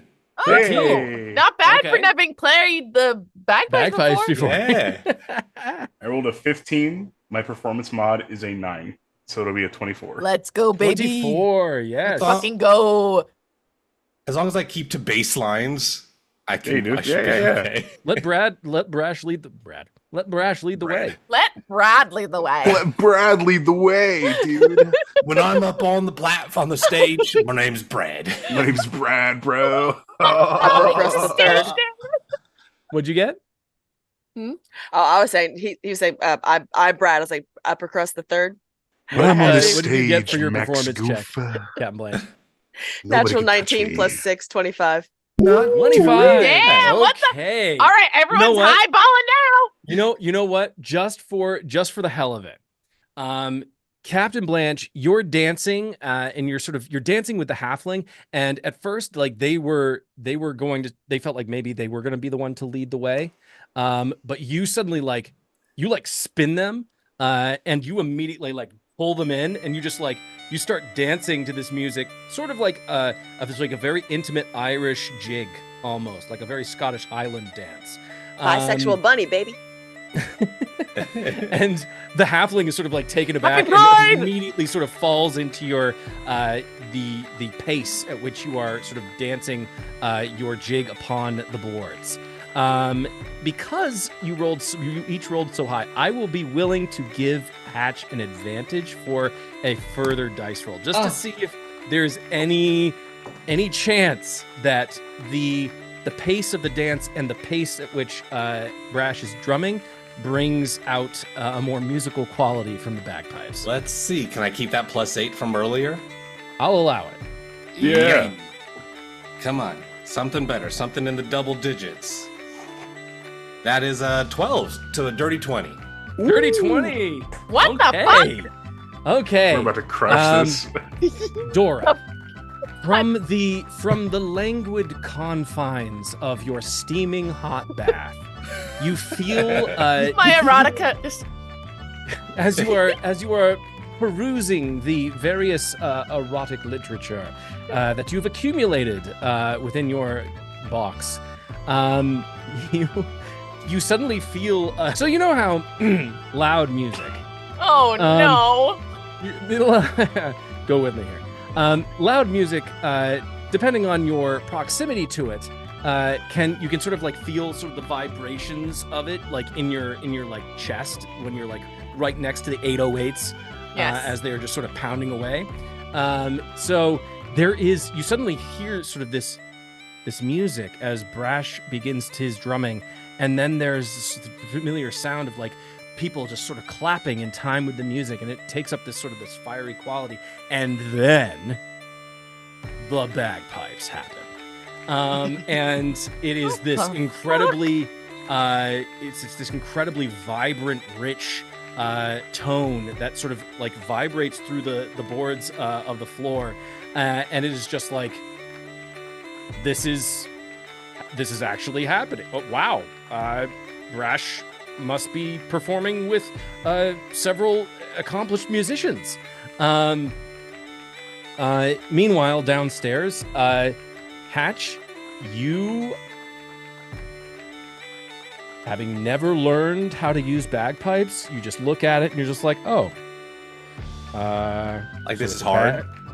It's a bag of air that you fill with your lungs, and then you... He is the bag boy. Squeeze the bag, and It's natural for you him. It's natural for him. You place your fingers in such a way that it exudes just sort of this magical tone. This is exactly what happens. Suddenly, you begin to pull forth from this instrument melodious music that is, at first, as you sort of get used to it, starts very screechy almost, as you sort of like... And then suddenly, you feel the music, and you keep time with Brash's drumming, and suddenly it just sort of melds together in this very like sort of driving dance song. Based off of the way you're riffing off of each other, Brash, you are controlling the pace and beat of this music, so you are able to bring forth almost this folk tale from the streets of Purpley. As you are playing for this crowded tavern within the Minstrel Wane. I'm gonna say, as Hatch starts playing the bagpipes, and at first I'm like kind of bracing for it. I'm like, okay, yeah, this probably would have happened. And as soon as he like kind of cleans it up and starts like nailing it, you're just gonna see him like, all right. And at that moment, like, I will minor illusion over Hatch's head, like if I can, like a little spotlight. Okay. And I'll take my trunk in my mouth, and one like step below him kind of match what he's doing with the bagpipes to accent his harmony more, to really bring him to the forefront, and I'm just providing the background. Aw. As you begin to sort of like put together with your minor illusion in place and sort of like drawing the focus and the spotlight, everybody in the tavern just starts to clap, like in time with the music. Like, it is very much sort of this incredible, like, minstrel quality performance that everybody seems to be really into and really enjoying. You see at the bar the other three members of the Bardineers. You see the tiefling, the half-elf, and the human. And you see that the human, sort of this darkly attired human with the hat pulled down, as he sort of looks up, and while he was looking sort of very dark and mysterious, you see him just sort of like really just sort of like he's slapping the bar sort of in time with your music. Like, you're getting mad respect vibes from him, as he's just like, this guy can drum. And the half elf is just sort of clapping very pleasantly. The tiefling is sort of like looks slightly irritated at you, Captain Blanche, as it would appear that you are dancing perhaps with their partner. But escape us. But it this momentarily passes after a while, because you see it's not that Blanche is cognizant of the fact that they are perceived to be stealing somebody's partner. It's just they look to be just having a great time, and it doesn't look like there's anything malicious about it. But the tiefling looks slightly jealous. As this music reaches a final crescendo, the audience begins to throw like whatever coinage that they have on hand into this little tray, or this little plate, this golden plate that they're sort of passing around, and then just putting it on the center of the stage. It looks like as your music and your song ends, Brash, that you've accumulated 20 gold, 15 silver, and 5 copper pieces. Wow. Pretty good haul, actually. Oh yeah. From one performance, one Mhm. song. Shoot. Pandora, please give me a wisdom saving throw. Oh dear. Uh-oh. Oh no! I like that. We're gonna have a party episode. Not the PTSD. Oh wait, no. Oh. What was that? Hold on. Bro. Mm-hmm. Bruh. Mm-hmm. It's time. I was gonna say it's time. Bruh. Bruh. That was a nat 1. Why? All hands. Because you asked Pandora to make a wisdom save. That's why. Why? Okay. All right. All hands on this? deck. Like, ask Seth. He can see my rolls. Yeah. I mean, technically, I can also see your rolls, I can too. but it's just can't like do nothing about that. Oh God. With a gun? Might as well have been. Oh, come on. I knew it. Pandora. Oh, come on. As you are feeling and hearing the music, as you begin to hear the music, the sounds of the song, your mind is immediately brought back to your grandfather and the different songs that he would used to sing to you when you were a little girl. Oh. And that memory leads to the other memory that you have of your grandfather the last time you saw him. And as you, it's almost involuntary as you begin to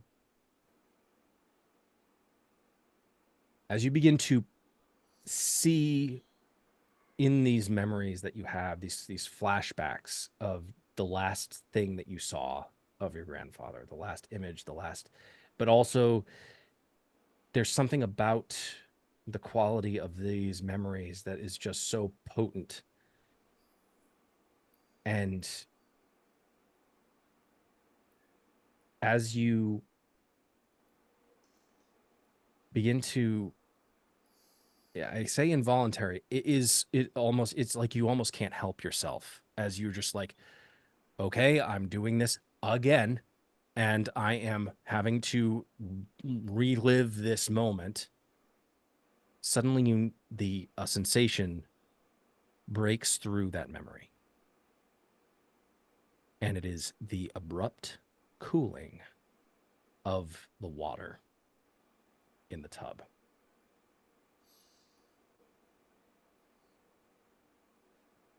Suddenly the tub, which was full of piping hot water that was very pleasant, suddenly begins to take on the quality of an ice bucket challenge. You can still hear the music. There is nothing that would seem to indicate that this is a dream.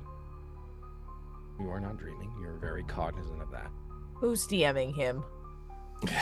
Who did this? Seth? I don't know how to type. What are you doing? As you begin to feel the change in temperature of the water and the elements within the water suddenly becoming almost icy, you see, as you look across the room, there is, of course, a stereotypical just vanity, with a mirror. And in the reflection of the mirror, you see a form, a figure, standing tall, with blue skin, and very long blue-black horns, and golden eyes. As they turn to look at you, there is a smile that sort of crosses their face. And they reach out with their finger with a long black nail, and they touch the mirror. The mirror immediately shatters, and they step out into the room. They raise themselves to almost their full height, because it's kind of hard given the ceiling clearance in this particular room. So they are slouched almost in a comical sort of way, because their full height, you could guess, is actually much bigger, but they are sort of hunched over as they are looking at you, Doropinthos. And it is odd, because you feel like across their features there is this moment of slight embarrassment. I'm naked! And I will... Apologies. I will wait for you to be decent. And they turn around and put their back to you. As they put their back to you, you see this long black cape that almost seems to have... that it almost seems to be wreathed in this light blue flame that continues to dance across it. Well, I'm glad he's got manners. Dora's gonna... She had a quip on the tip of her tongue, but she's gonna shut the fuck up for once. And climb out of the tub quickly, wrap herself in a robe, and just go... Just a little cough to give him the signal to resume his biggie bad speech. They look like this. What the fuck did I do? I didn't mean to. Oh. Oh. Actually, she takes the robe back off? Question mark? Just kidding. Does he really look like this? His door goes, I'm ready. He Pandora's turns around. He turns around, and as he sort of like looks at you, you get the sense that he realizes what you are doing, and he doesn't let on that it bothers him or makes him the slightest bit uncomfortable. Very well, as you wish. Do you mind if I sit? Oh, please do. He takes, with his sort of flaming attire, he takes a seat, and as he does, in one of the 6 chairs that are sort of spread about the room, he sort of looks around, and the one that is most throne-like, he takes his seat in that one. And then, raising his hand slightly above the floor, there is a pure black, obsidian black bident that suddenly appears in his hand. You don't remember me, do you? We've met. Not directly. Were you under the guise of someone else? No, I was very much myself. I would have remembered. Darling. And she, sits on the edge of the bed, crosses her legs. I promise you, I would have remembered you if ever I ran into you. Well, let me see if you can try this on for size. And then he pauses, realizing that he kind of just made a little bit of a joke, given the fact that you are unattired, and he made an attire joke. And he raises his hand, and suddenly you are fully clothed. Standing for the moment, don't worry. Standing on top of the rearmost portion of a ship overlooking Ashkelon. Or not overlooking, but just looking at Ashkelon as the city burns. And then you look up, and there are two figures that are floating in the sky. One of them, white-haired, black skin, white eyes, with a sword in their right hand. And the other is the gentleman that you see before you. He is a reactive person and casts Magic Missile at 4th level. Go ahead and hold on. Hold, please.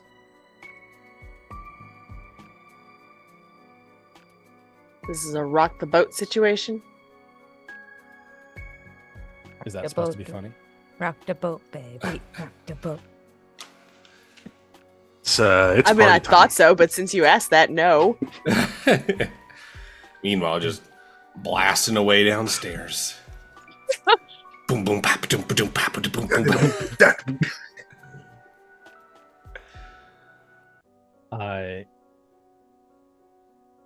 He's the one who's been fucking with my... I'm going to kill him.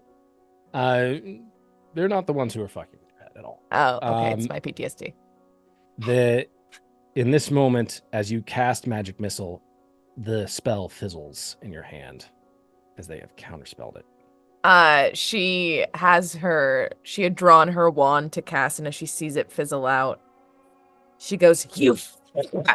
As she goes to just like slap him across the face. He lets you, actually. He does not seem to be the least bit bothered by you just slapping him in the face. There is a moment where he registers that you just slapped him, but his face barely turns as you just wind up and just full force just try to slap him in the face. You. What do you fucking want? You and your group. You have had some interesting movements of late. Moving thither and yon, getting involved in all sorts of high-reaching and consequential events. Coming into contact with people and persons and items that are far, far above you. Oh, you scared? No. Intrigued, though. At present, I'm not currently able to engage with this particular world or plane as I would like. I can really only stay here for a few minutes before my actions go noticed. So I'm here to ask your assistance. I'm going to kill you. I totally understand, and I understand why. What's more, I really do. Yeah, I hope you know that, like, well, before I had myself a little tumble, I had dreams of achieving godhood just so I could crush you under my foot, the way you did my city. And listen, I totally understand, and really, I do hope you get there. I really do. I'm sure you would. I'm sure you would like that. So what do you want from us? Us pathetic little things that shouldn't be touching items above our purview. So, about those items.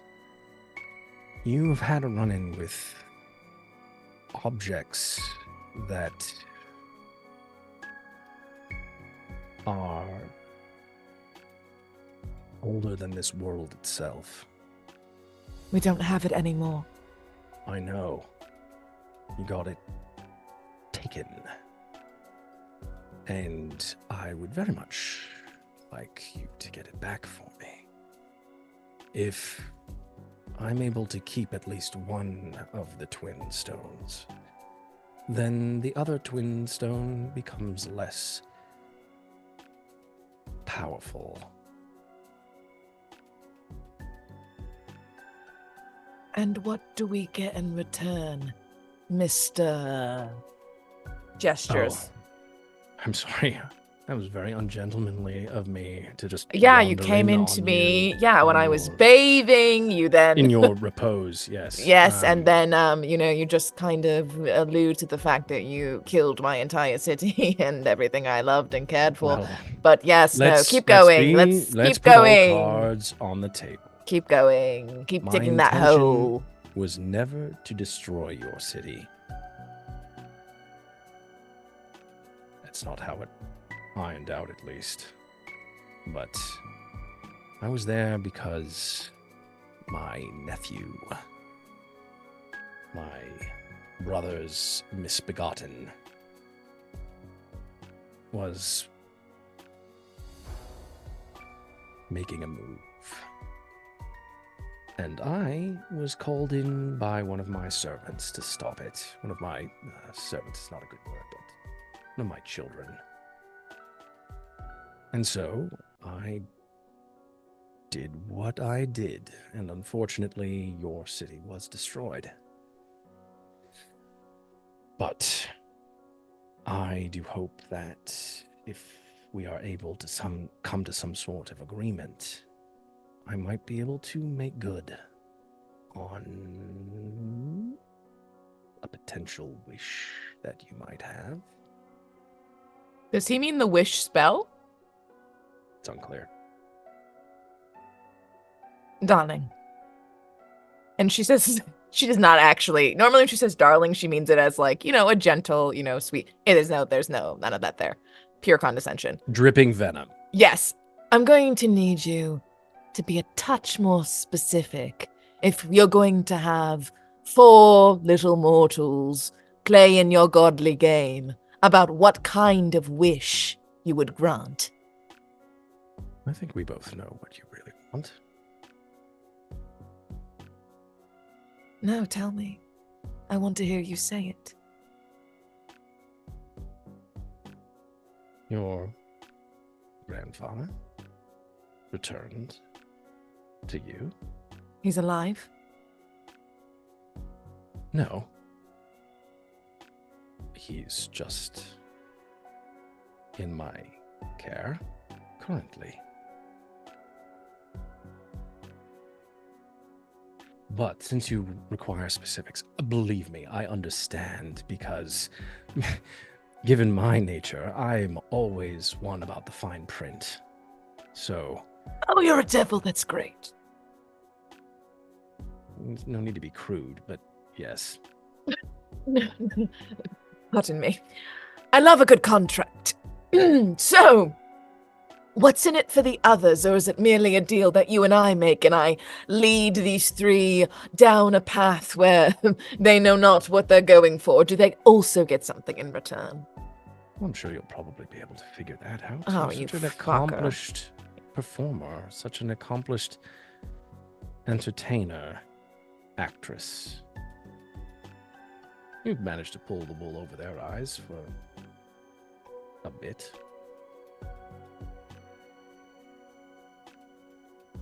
Let me see him. If you really have him, just let me see him. You may want to put on some clothes. You put them on for me. He rolls his eyes. waves his hand, and suddenly you are actually wearing not the clothes that you were wearing prior to your bath. My You are t-shirt? in fact wearing a very elaborate dress, a black dress that is something that you might have worn when you were perhaps entertaining in Ashkelon. I believe this suits you just fine. And suddenly, you are no longer within the tavern. And he walks up to you, and he puts his arm around you, and if you will allow, Yes. he just holds his hand just above your shoulder, and suddenly you are wreathed in a blue flame. You're going to need this where we're going. And he snaps his fingers, and gone is the tavern within the or gone is the room within the Minstrel Wane. You are suddenly transported to a world entirely made of ice. Off in the distance, you see this tall, icy palace. Beyond that, you see a glacier that is full of the lost souls and the dearly departed. Some of these souls are wandering these plains of ice and snow. You see all of this. And it's a Dorothy realizes she ain't in Kansas anymore, Toto moment. Sorry, I forgot to introduce myself earlier. Mephistopheles at your service. Wait, didn't we hear this name before? Is he? Oh wait, Captain is Blanche gets it. wait. Was he the boss of the Nightmore, Lord Nightmore? No. No. What was it? Lord of the Nine Hells? He's one of the lords of the Nine Hells. Would I Welcome. know that? Give me a history. give And me a you history launched check. a magic missile at him. And gave him sass. A See? lot of it. And It's- flashed him. Okay, guys are not helping. 8. An 8. Whether it's just the sheer, you know what?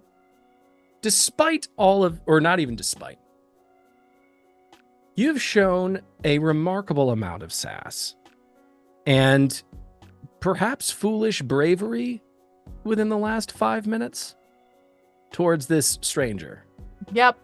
who currently is warming you with their essence, sort of keeping the cold at bay, as they have brought you to their domain. He has introduced himself as Mephistopheles. Welcome to my home. Here is Cania, the 8th circle of hell. And then it all locks in.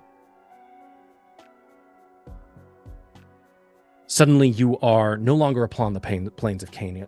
You are now standing in the throne room of a palace. You are standing in front of a throne. He is now sitting upon the throne. You said that you wished to see your grandfather. Nods. Like, Cass, what were you saying off? Tell me what you were saying. I need to know what you were saying. This is giving me all the vibes of Narnia. And would you like some Turkish delight? No, not Mr. Dumbness. I'm fucking dumbass. What's her face? Not Lucy, the other one. don't remember. It's been years since I read that book or watched the movie. A child. The child. Lucy. Is it Lucy the youngest? Lucy's the youngest? Yeah. Yes. Edmund is the one who goes with the Oh, White Witch. Yeah. That's true. Nope, that's me. That's Yeah, you're Edmund. I'm Edmund. God damn it.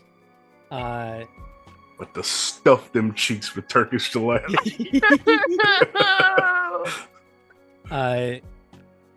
There is a rush of cold air, Dora. And suddenly, standing at your side is Eric Pithos, also known as Pithy the Pierrot, or that is their stage name. No, Grandpa. He is completely pale, his eyes sort of sunken into his head. His eye color completely altered and changed. He is Eric, the Orcish Bard. The vaguest remains of the clown paint that he Oh, his wore makeup's still on. is still apparent on his skin. Thankfully, none of the wounds that he sustained at the very end are evident. It would appear that they are all gone, as it is not necessary for them to be seen once you are in hell. Be here. He's too kind. He only wanted to make people laugh. He shouldn't be here. Oh, he wasn't. This is a part of another deal that I have going on at the moment. I'm sorry, don't seem to really know who I am. I am the Lord of Cania. I am the master strategist of the Hells. I am the inventor of Hellfire. I am partly the destroyer of your home. My part in it, not necessarily a willing participant. But be that as it may, I have need of you. I have need of your group of friends. They are your friends, right, Dora? That would make things a lot easier. Well, I never was gonna make a good cleric. Oh, no, absolutely. Clerics are so boring. I hated begging the gods. I hated begging the gods to give me strength, to give me something, and they never answered. But a deal with the devil. A warlock I might be able to be.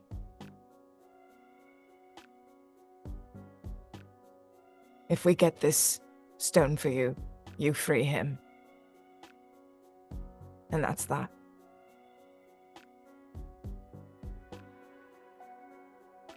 Mortals always end up surprising me. I don't know why that is. Maybe it's just because of how you were created. I do remember my time in the Nevermore. Before we were cast down, my brother and I.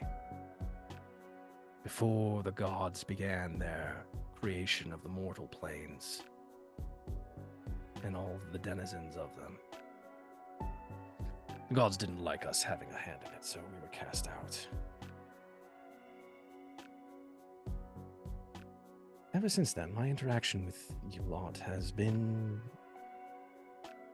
predictable. But there are always the bright spots. The ones that show a little panache, a little sense of style. You're one of those, Dora. So here's the deal. You swear allegiance to me, I give you an aspect of my power. I bring back, upon completion, dear old granddaddy here. And then you deliver the stone unto me. I keep my bastard nephew at bay for a little while longer. Give me a little bit more time to strategize a satisfactory end for him. And the world just keeps on spinning. What do you say? The other three, their souls are not involved. They may be my accomplices, but you don't get to touch them. No, given their relationships they have already in play,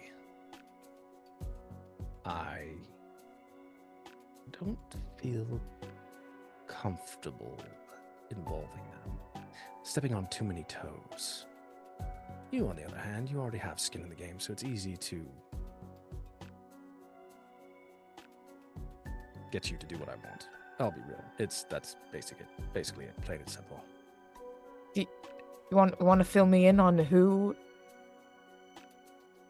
Is it on high has skin in the game with my friends, or is it are the devils? You wanna clue me in at least before I. Ugh. I think it's best not to reveal too much. I mean, I want you to remain focused. Don't get distracted by all of the minutiae of other people's lives. I just need you to be at your most effective. Fuck me. This is... Sorry, this is like... The whole reason she became a wizard was so that she didn't have to rely on anyone for magic. She could do it on her own. But she can't do it on her own anymore. I'd like to think she's got Blanche in her ear, but she don't. I know. Phone a friend. We'll use the power of friendship. Next logical step is the devil. Keep in mind, through this entire conversation and this offering of this deal, he's not asking you necessarily to become a warlock. Right. He is giving you perhaps an aspect of his power. Which right, could mean a lot of different things. What do I lose? Right. What do I she says, and if we're unable to get the stone. So you fail? Hypothetically, if I were. Then Granddaddy stays here. And I take back what is mine. Why me? Why? And I'm not saying this to get pats on the back. I can do that myself. Thank you very much. Oh, I'm a big fan of poetic justice. I like to keep things balanced. I see a way to do that with you. I think it would be very fitting if my nephew had a massive setback given to him by an individual from Ashkelene. I don't know, I think that's showing a little bit of your panache there. Fine. For years I've tried to hide being a pawn from magical beings on high, and I'm tired of fighting it. She'll extend her hand. Oh, no, please, no need for any of that. Just say you'll do it, and... You won't even shake my hand? Lord of Hell. Very well. He comes off of the dais, off of the throne, and steps down to your Good. level. He wipes his hand across Pithy Pierrot, and your grandfather vanishes. And he extends his hand. She'll gently lay it in his, and as she takes his hand, she says, I look forward to seeing on this level. I look forward to seeing you on this level once more. Same.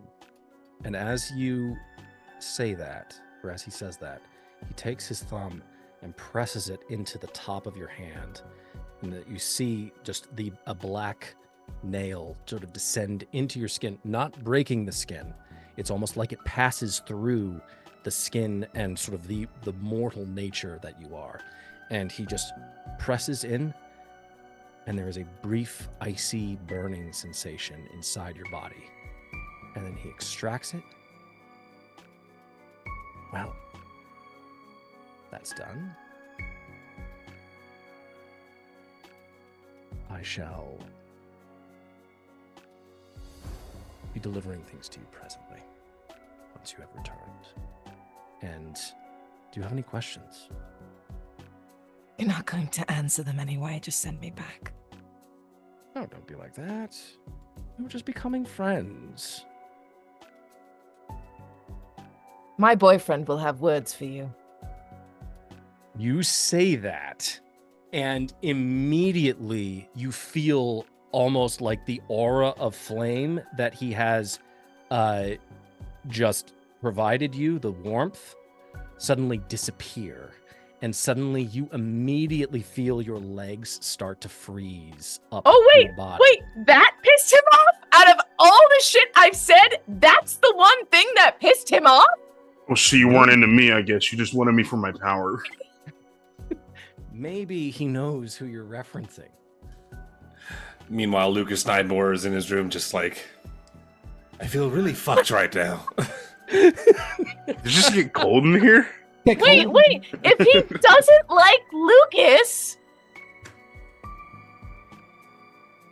I get to Kelsey tell is my freaking boyfriend. the fuck Do you out. think he's his nephew? Is that what you think? I thought his nephew was the guy with the white hair who he was fighting. I think his nephew is Grajit. Wait, Andy, is his nephew the guy with the white hair who was fighting in the sky? Based off of what Brash has told you about their final encounter with Lord Nightmore when they made the delivery, Lucas Nightmore was very much a pawn, and it was Lord Nightmore who was moving things behind the scenes the entire time. And as they left, they saw for the very briefest of flickers of the actual appearance of Lord Nightmore.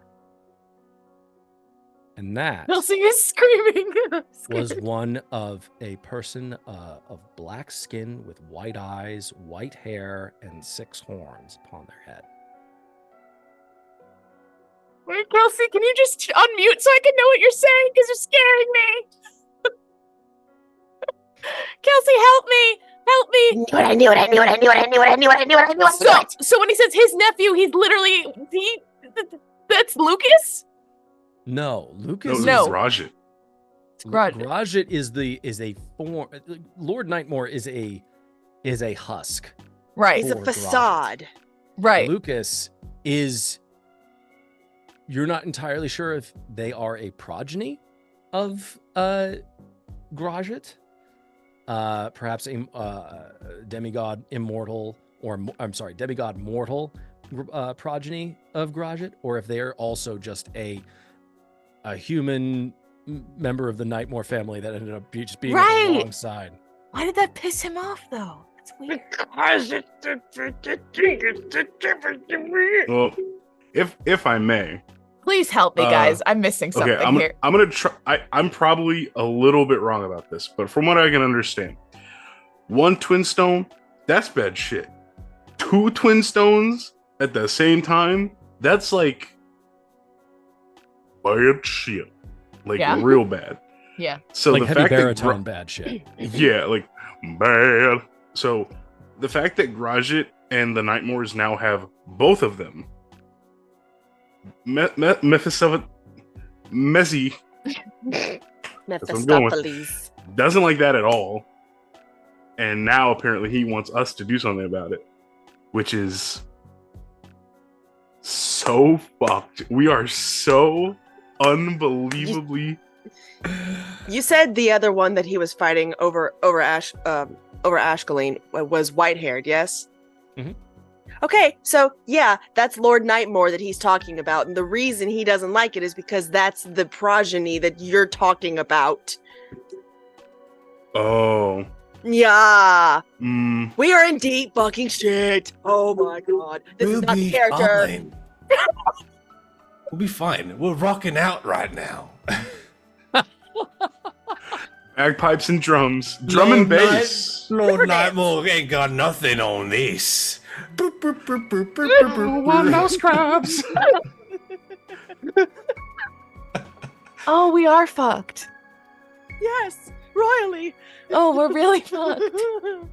No, we're fine. We're fine.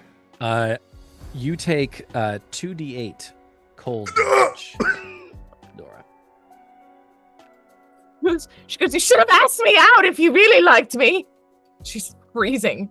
Instead of walking in on me in the bath. It's the look you throw in there with it. Have it. I'm so glad you're joking because it's able to not have me freak the fuck out. Oh, don't worry. So that will be. We're all panicking. I'm scared. That'll be 9 points of cold damage. Okay, that's not great because I'm a wizard, so I'm baby. She goes, oh, okay. I don't know why that pissed you off, but fine. You're literally talking about being disloyal to me. Oh,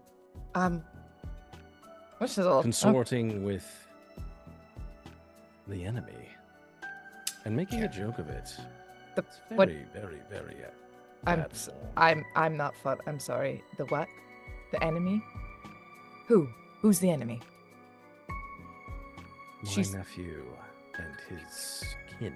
Dora, come on. I know you're smart. Oh. I know you are able to put the pieces together.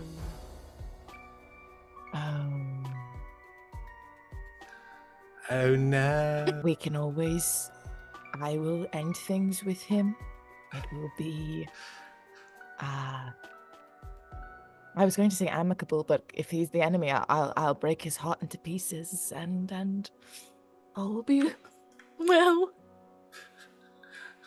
Let's not forget that nothing has started with this man. I was over on the bench. Oh, such a good John Mulaney reference. I was over on the bench. Noted for the future. I'm glad this will work out great because we have a thing with the enemy already. We have some vengeance on our own, so it's really going to work out for us.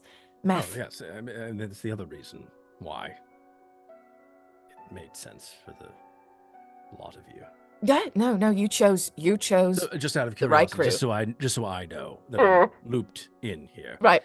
What do you plan to say to your friends to convince them to go along with this?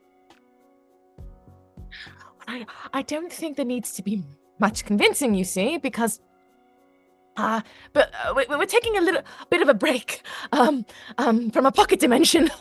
But you see, we fucked up when we lost the stone, and I've already alluded to them that the gods, there's more at play, and we want revenge for our friends. So I think I'll just tell them that it's time to rally the troops and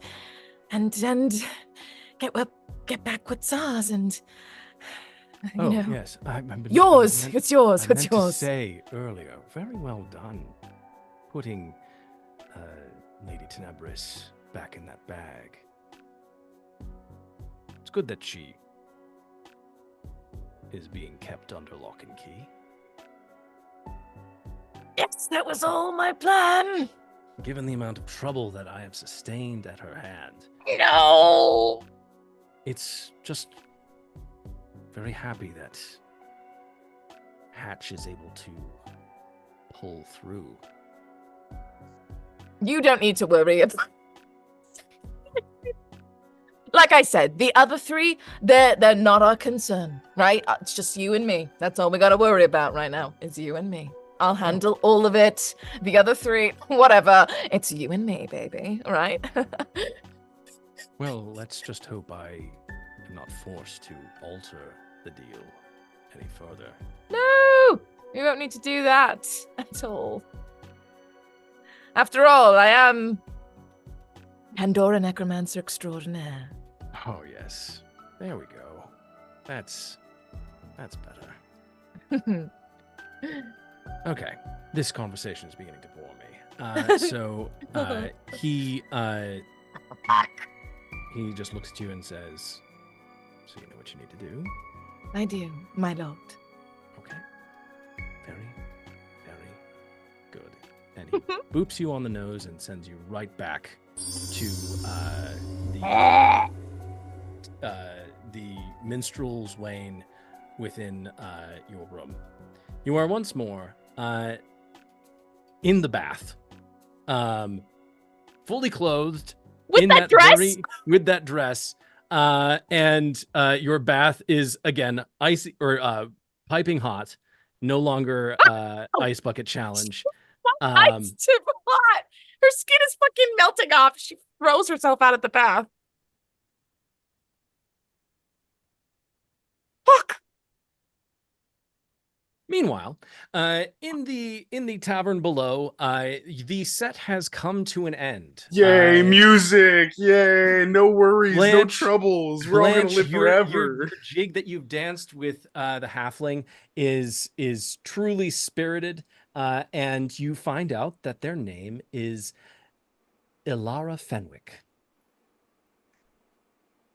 And they end up sharing a little bit about themselves, about how they joined the Bardineers, and just some of the special skills that they have, just the ability to calm chaotic or agitated minds with their certain magical skill set that they possess. It would seem also that they are not from Serasteer, but are from across the ocean, from Nimrion. Lovely. If they're also from Ashkelon, it's on site. I don't trust anyone anymore. They're not from Ashkelon. Good. They are actually from hold on. I have it here. Places. They are actually from why? I have to kill They are from the both? village of Honey Spring.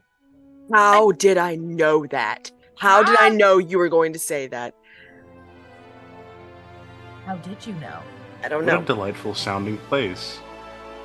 It Yeah, does. it's sort of very centrally located within the kingdom of Nimrion. It's a couple days ride north of Ashkelon, actually. As they're sort of talking to you, Captain Blanche, they sort of point off in the direction of the bar at their other bandmates, and she points at the tiefling and says, "That's Kalith Voss. She's our dancer performer, and the human, the sort of the gruff, dark and mysterious brooder that you see over there." She gestures over at the human. She's like, "Oh, that's Thorn Blackwood. He is sort of a bit of a bad boy, but we love him." And then, of course, our lovely half elf, and she sort of just stares at the half elf in just sort of a very just happy and jovial way. Is Leora Thal Oril?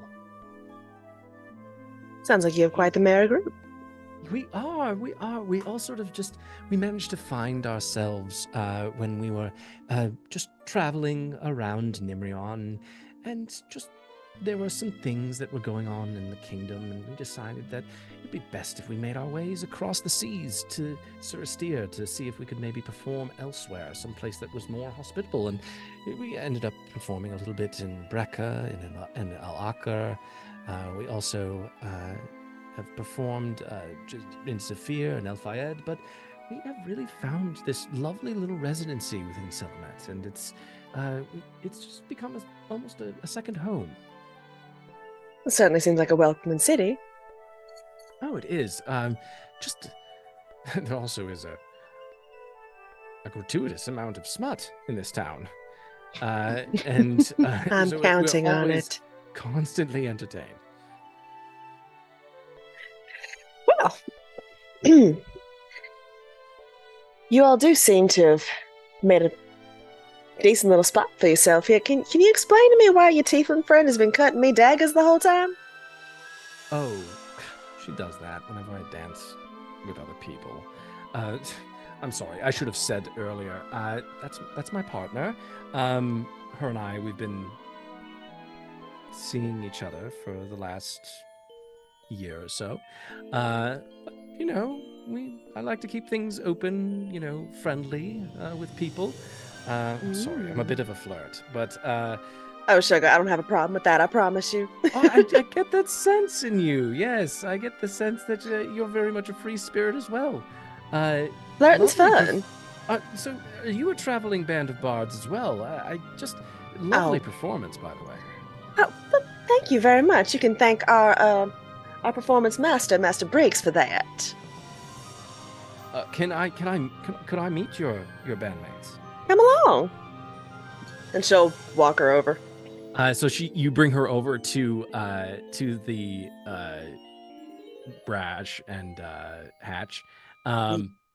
Brash, you're sort of like you take your drumsticks and you sort of put them down in the little bag that sort of hangs off of the kit.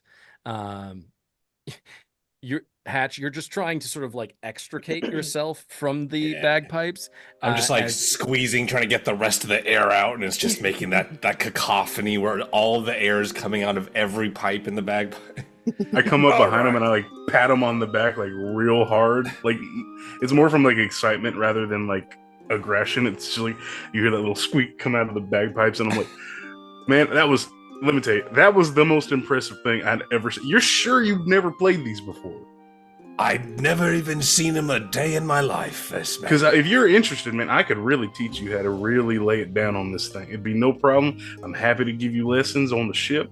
And Hatch, you see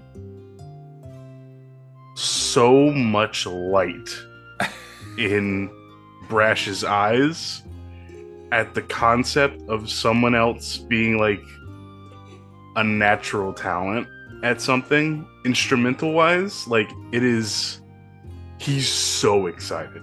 It's the musician happy. So excited. Oh yeah. He's I might take you up on that offer, first mate. I can see why you like doing this so much. I told you it's not always about the money.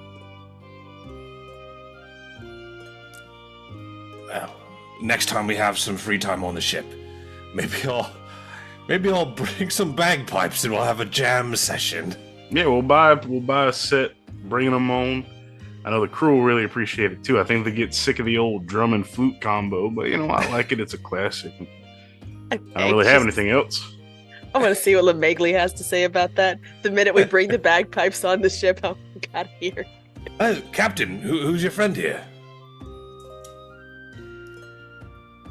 I'm sure Blanche would probably remember her name, but Kelsey Elara. is tired. Elara. You're muted. Her name is Elara Fenwick. I'll take a bow. Miss Elara Fenwick, it is an honor to meet you. That's me, ma'am. The pleasure is mine. This was such a lovely performance that you put on. My bandmates, and she points over at the rest of the Bardineers. I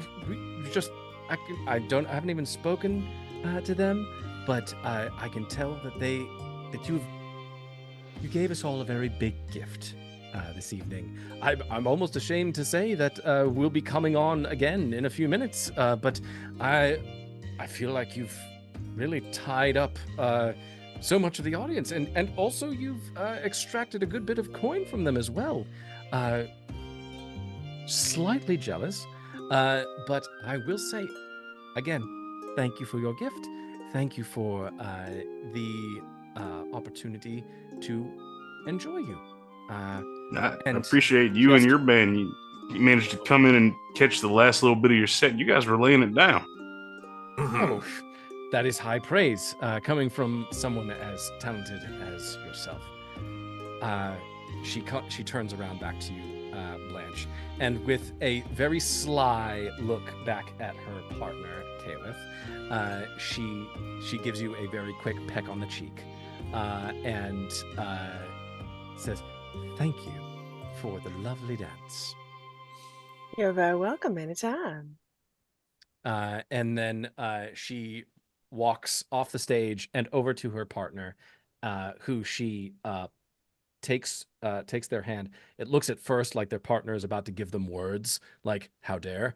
But then the Elara pulls Kaelith's hand down so that they're at eye level, and just lays on a massive kiss on Kaelith's lips.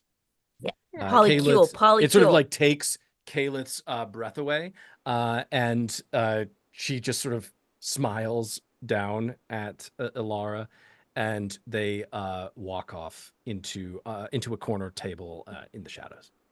And that's a whole lot of smoke I don't want. Damn, that may be the first time I've ever seen you somewhat flirt with someone your own size. Rude. It happens plenty just because you're not there.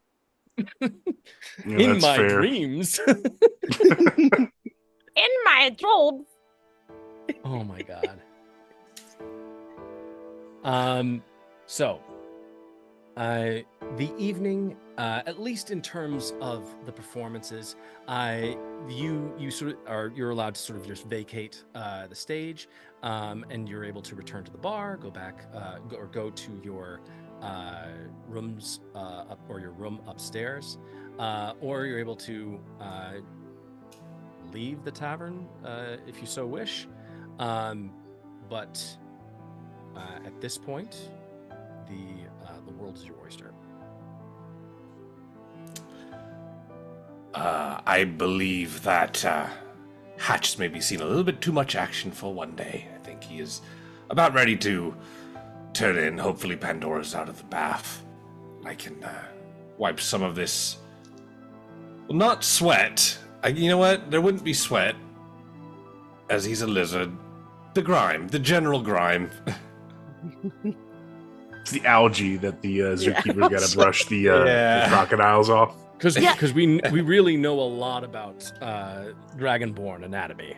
I was Clearly. about to say, is he shedding? I gotta molt off some of these old scales. Ew. He doesn't sweat, he grimes, and when he gets scared, he loses his tail. Can we do the canon that his tail pops off When I'm Well, afraid. yeah. when he's It hasn't scared? happened yet. But it can happen. And mechanically, it doesn't do anything. It's just there. Just a tail. So timing wise, what does this look like, I guess, in terms of Hatch going back to Hatch, the room? you go up to the room. Yeah, I'm ready to turn in for the night. You ascend. As you ascend the stairs, Lady Rowena comes up from behind the bar, and she's like, "Most excellent bagpipe playing, Hatch. Very, very well done. Just to let you know, your room is the 6th room, all the way at the end on the right. So it's the seaside view. I would maybe suggest knocking before entering, as your friend I'd drawn her a bath. Of course. Yeah. I appreciate the accommodations Oh, my pleasure. and my pleasure. the Of course, opportunity I to mean- play for you. Oh. She blushes, and it's sort of like one of those things where she just extends her hand, like one of those overly dramatic opera divas, as she just extends her hand, expecting you to take it and give it a kiss. I think he kind of okay. Is Hatch Ace this poor Mwah. child? No, he grew up in a strict military kind of area, and it's like kissing people on the hands and being courteous in that way is not really Done. doesn't know it. Oh, buddy. He doesn't do the genteel. Not really. But I'll give her a mwah. Just a big, almost like Muppets mwah kind of. Just kind of. That You do exact that. noise. She takes her hand back, and she sort of like bows respectfully or nods her head respectfully to you. You ascend the steps. You make your way all the way to the end where you see at the very base of the door just ice that has just at this very moment just started to melt. I would see that. I will put my hand on my sword before I knock. Pandora? Dora? So Everything wait, all right? how much time has passed since I returned in the ice bath in my gown? Oh, it wasn't the ice bath. It was the piping hot. Oh, the hot bath, the Yeah, really the hot hot bath bath. in my gown. How long has it been from this knock? You have literally just toppled out of the bath. Oh my god. You hear? I'm sorry. Ow! Because she went from freezing cold to burning hot, so she's like, new spells didn't go well. 1 second, and she'll like crawl on her hands and knees to stand up and throw back her shoulders and just open the door. Oh, Hatch. Before you stands a Pandora in a dress that you've never seen her wear before. Which is actually like, in your imagination, you can totally picture this dress looking very fetching on someone like Pandora if it wasn't completely soaking wet. You normally take baths with your clothes on. I wanted somebody to say that so it's bad. him with the sword. It's his little it? sword. Is that a half-orc thing? Actually, Hatch, I was trying out a new spell. Come on in, please. And she'll let you in. She goes, as we're heading, we would so much talk about the north and ice and woo. I figured we could start to work on spells more to do with elemental magic. You see, I feel quite useless on the boat sometimes, and druidic magic is fascinating. And Why are you talking like that again? Oh. I have not let my hand go of the sword. You used Well- to talk like that, and then there was a period of time where you stopped, and now you're talking like that again. This is the best character to have walked in on this. The best. Tell me something only the real Pandora would know. Which one do I shoot? Oh, and then she puts her. I'm sorry, Hatch. It's me. I was in a funk. I was in my feelings, and I found this lovely gown, and I realized that it's a lot more fun, to have Pandora around than just Dora. So, it's me. I say out loud, insight check. Okay.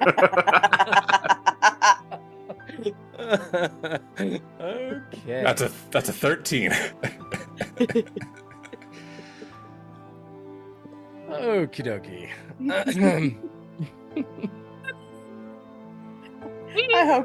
I hope somebody animates this scene because I really want to see that. Just Hatch looking at Dora. Insight check. Turns to the camera. Exactly the opposite. Insight check. Inside check. Yeah. They don't know I know this hack. Okay. I did get a 13. You got a 13.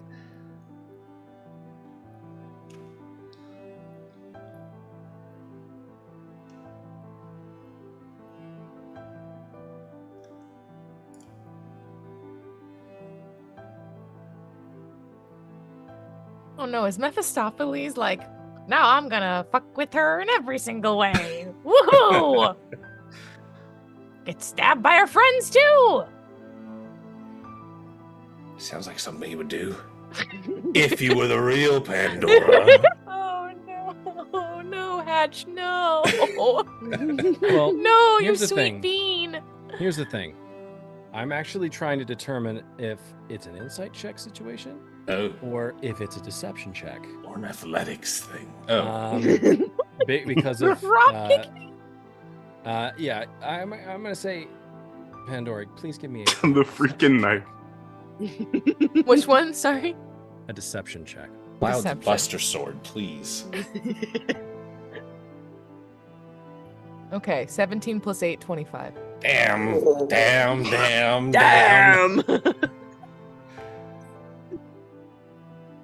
I'm sorry, I'm proficient. Yes, you are. Given the fact that you rolled a 13 and given the fact that they rolled a 25,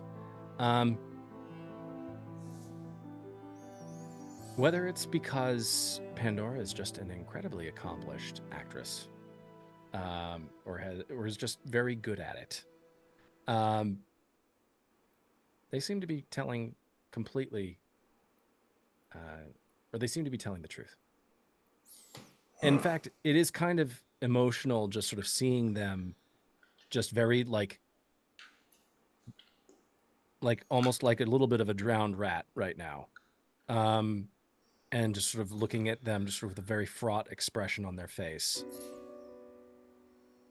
It makes you slightly uncomfortable to seeing them sort of in this vulnerable state. I can leave if you'd like to. No, it's fine, it's fine. Get I yourself freshened up. just to make things clear, right? My name is Dora Pithos, and my stage name is Pandora. So sometimes I tend to go between both of them, because it's my shtick. And, so don't get weirded out too much. I'm back to being on the stage. If that makes sense. Okie dokie. Okay, I've made you uncomfortable. I'm going to go to bed. Good night. As she goes over to the bed, still in her sopping wet dress, and just flops down, face back to him, face to the wall. At that moment, I'm gonna be running upstairs No! and running into the room. No! Like, Dora, did Hatch tell you how he freaking killed the bagpipes? And as I'm walking into the room, the tiny little portion of ice that hasn't melted yet, I slip on and fall. I was so excited I don't even see it. You just choose to do okay. Yeah. It is a moment of pure slapstick comedy. Hatch is still there with his sword, but also feeling kind of like sorry for Pandora in this moment. Pandora has flopped onto the bed, just sort of still like soaking wet. And suddenly, Brash, with his massive frame, just suddenly goes, "Oh, by the way," and suddenly, as he just slips and falls and crashes into this center table that had like a flower that is very garish and not really fitting the aesthetic of Oh the my aesthetics God. of this room. And the vase just sort of on the table just goes flying across the room and smashes against the wall. Along with the rest of the table, which also is sort of like crushed by Oh no! Brash's very large frame. Oh. It is a perfect comedy of physical errors, as somehow Brash manages to get out all of that information while all of this is happening, as he sort of just slips across the floor. Oh, by the way, Pandora, He barely stops talking. Yeah, he's still Hatch moving. just totally but killed the he's- bagpipes. I think still on the bed, Dora will flip over, see Brash completely laid out, see Hatch with his sword. She's in her sopping wet dress. Who knows where Blanche is? Where is Just- Blanche? She is still sitting. She's found a quiet corner to sit in. She's not reading the book anymore, but she is writing in a journal. Okay. All right. The- Captain Blanche, unbeknownst to or you're not aware at all of what's going on upstairs in terms of the hilarity that's ensuing, but you do see as you are sort of just writing in your journal, you see evening has fully set in Selamet. And you suddenly, through the door of the tavern, you see Billy or Beans, and you see him run in, and he just sort of like, and he spots you, and it's like, oh, Captain Blanche. And he pulls out this piece of paper, and it is a fully itemized list of all of the necessary repairs that the purpley Stampede requires. And it looks to be that this will run you at about 250 gold, in addition to the 50 gold for the registration and the initial retrofitting. I already paid the 50. Right. Ooh. So all told, this will be a $300 or 300 gold bill. Oof. That's steep, but then again, I suppose those damages were pretty bad. All right, well, I'll have someone from the crew send you your payment over as fast as possible. Oh, okay. I'll be sure and tell Dad about that. Just he asked me to, and you see him just sort of get very like red and blush, as he is sort of just very nervous. He asked me to make an inquiry if Dora. If Dora is she You tell your daddy I'll have Dora deliver the payment. Okay? yeah, that is a capital idea, and Dad was wondering, does she, what kind of things does she enjoy? Like, does she enjoy lizard racing, or like watching like monsters fight? You know, I'm not entirely certain. That's a very good question. I'll find out as soon as I can. Oh, okay. Well, You tell your dad I'm on his side. Don't worry about it. I got you. there is a very interesting switch as suddenly Billy realizes that you get it. Even though he is very nervous, he has managed to communicate just enough for you to fully capture and grasp what he's trying to communicate to you.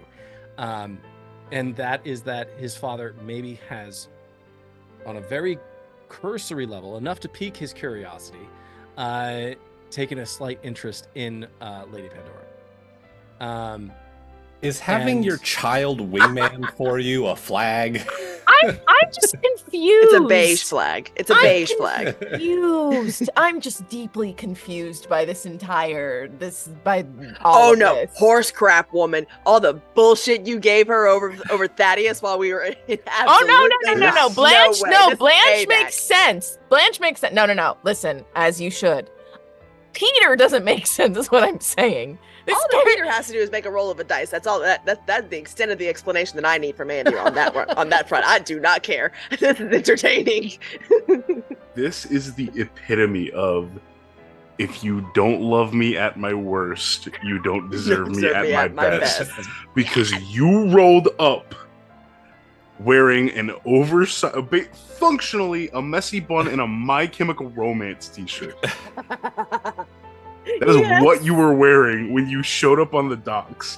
With and your glasses. He for real said, There's something to be said about a man that's attracted to that. That's all I'm saying. It's like, oh, okay. No, look at that frumpy shirt. Look at that frumpy ass shirt. Bag of erotica books that my child can see.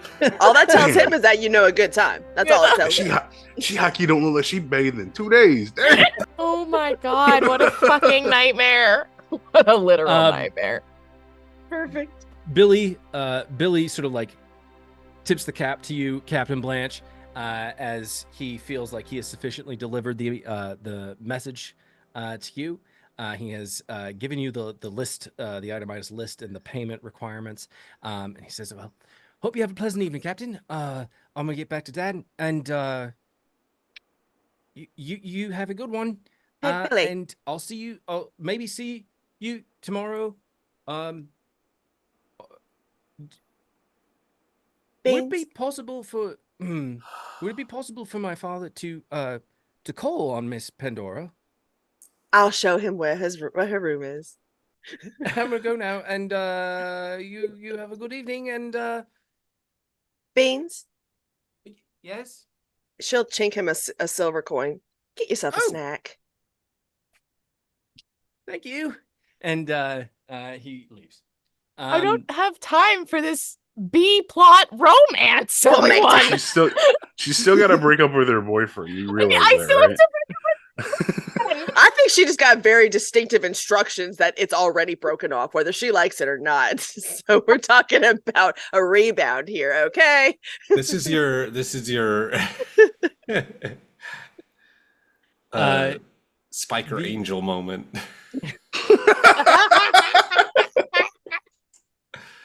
Neither options are good. Billy leaves, and Lady Rowena comes over and says to you, Blanche, "So, any idea how long you were planning on staying?" It depends on exactly how many days it takes for the ship to be repaired. I imagine at least 2 or 3 at minimum. If I go to port tomorrow and find out that it's longer, I'll let you know. Okay, excellent. Thank you so much. Of course. Really, really lovely to just have you lot here, and it's an embarrassment of riches, truly. I was not expecting to have not one, but 2 amazing bands play this evening, and I do hope that you find your stay here restful, and I look forward to what small amount of time potentially you might have in our fair city. Oh, really quickly, you are new to Selamet, correct? We've stopped here once or twice maybe before, but never for long. Okay, so you know about the pickpockets then. Yes. Okay, excellent, excellent. Well, if you need anything from me, do you want breakfast in the morning? Yes. Bacon. Okay. Oh, that's good to know. I will get up early and I will make, we have bacon, we have eggs. We'd also have some potatoes, and I make a hearty oatmeal. Ooh, I do like oatmeal. And maybe some cold pressed juices. He doesn't say that last bit. But she sort of takes down the order, and she says, "Well, have a good rest of your evening, and we'll see you tomorrow." And she walks away. How long do you spend down in the main area, Blanche? She's probably gonna stay there for a good little while. Like it'll be well past dark before she heads up to the room. She's kind of contemplative. Okay. As you are contemplating, Brash, at this point you have dusted yourself off, sort of tried to reconstitute the shambles of the center table. It's not possible. Yeah, you've sort of entered the room, not cautiously, just like sort of very intrigued by Pandora right now. Pandora, you're just like desperately trying to avoid them. Yeah, all she keeps thinking in her head is, "We're so fucked. We're so fucked. We're so fucked." Like they're so deeply fucked. All right. Well, Yeah, first that's all. mate, are you all right? You have to watch out. I guess Pandora was practicing some ice spells or Yes. something. She sits up, but still soaking wet, and goes, I heard your wonderful performance. That was absolutely delicious and stunning. And are you okay? You took out the You table. okay? You seem to be back to your old, chipper self. You Well, feeling better? yes, I am. And she gestures to her soaking wet dress. I found a little special something, and it just really sparked me back to life. Mhm. So, yes. And I was thinking of testing out some new magic. Didn't go well. Sorry about the slip. But You two gave a riveting performance. Well, thank you. Insight check. Golly jeepers, goddamn it. That is a 6 + 3, 9. They seem to be the Another apotheosis deception? of truth telling. Maybe Let Briggs him say so. concussion. Should I roll another deception? Wait, what did you roll again? I rolled like a 9. I'm gonna say you don't need to. I was gonna say I've got +8, so I don't know. Yeah. He will take that at face value and kind of just glance around the room. And besides the part that he smashed up,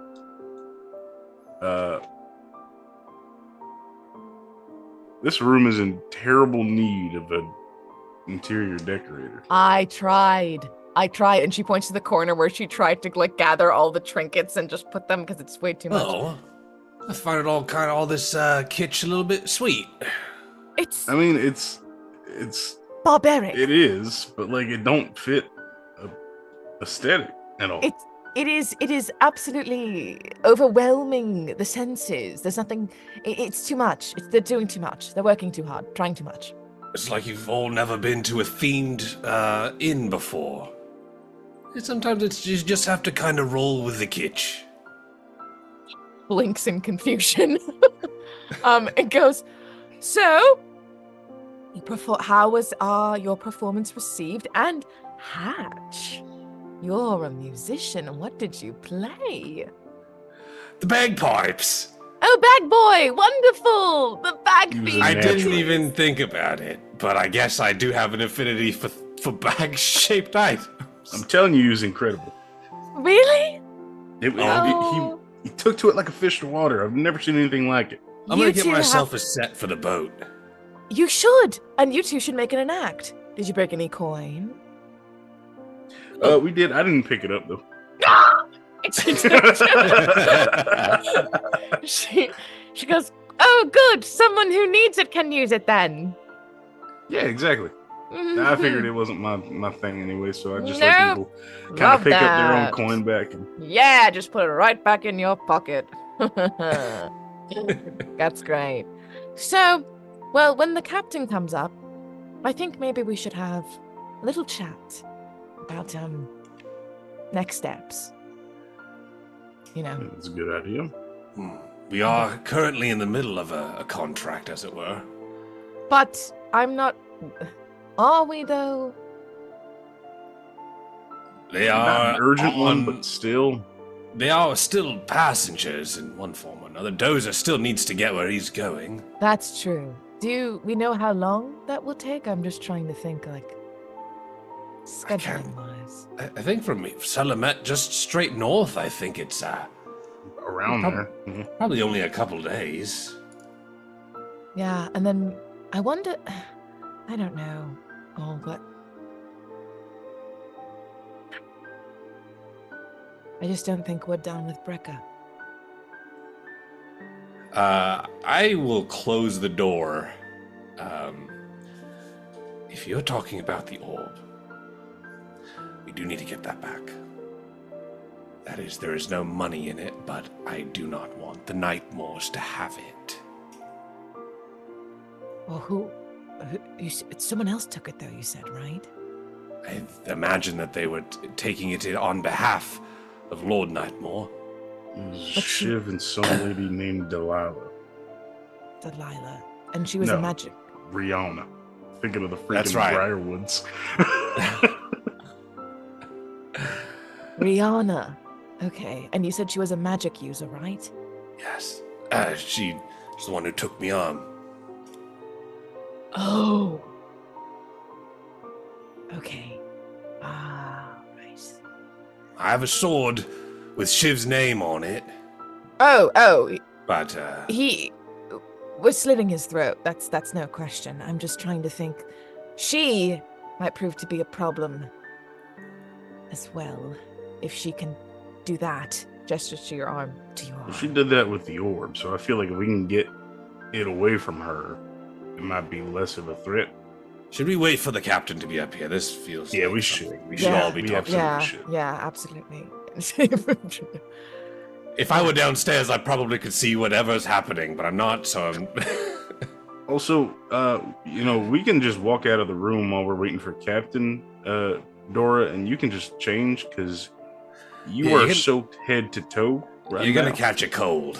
Oh, boy. From that ice inside your boys. soul. Oh. Slow blinks. Ice inside my soul. What does that mean? Reference? I don't know. Sorry. Smart people things.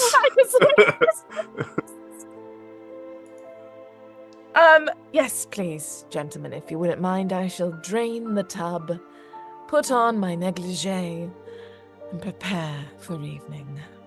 Well, save some of that water. I do need to bathe myself. So He's got a lot of grime on him. Oh, why don't I'll draw you another bath? okay, just being practical. It's You know fine. what? It's Know not what? a big deal. Okay, nope. Go in the water. Do it. It's warm. Dive in. Are you sure? You need to change. Are we? There's a screen, and I am taking sequence the of screen. events. There's an I am order of taking- operations. I am taking the screen and I am dragging it over to my little corner of the room where I set up a little changing area. There, I shall change. You can mull about in the room. I'm sick of being in this room alone. Please don't leave. As she gets changed. Okay, you know what? I'll make this quick. I don't know what's going on. I immediately disrobe. I jump into the water. Okay, all right, okay. And I look like a crocodile. Like in I'm gonna Donkey pull my Kong hat Country. down I'd just like to point over out, my eyes. Brash, you've seen Hatch die, disemboweled multiple times. But Oh, naked. Uh, But you've seen him never- lose an arm. You've like- never seen the and junk. yet, seeing, And he's seeing keeping him- that thing swinging, I'm telling you. It's okay. It goes inside.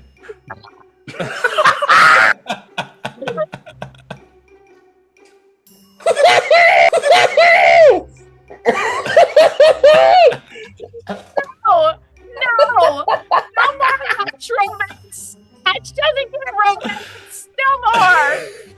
No. No.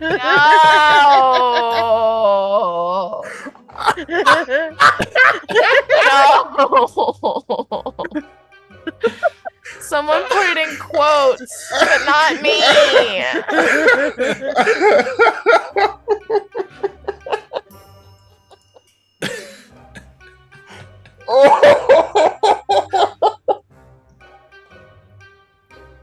Come back to me. I'm out of commission for now. Come back to me.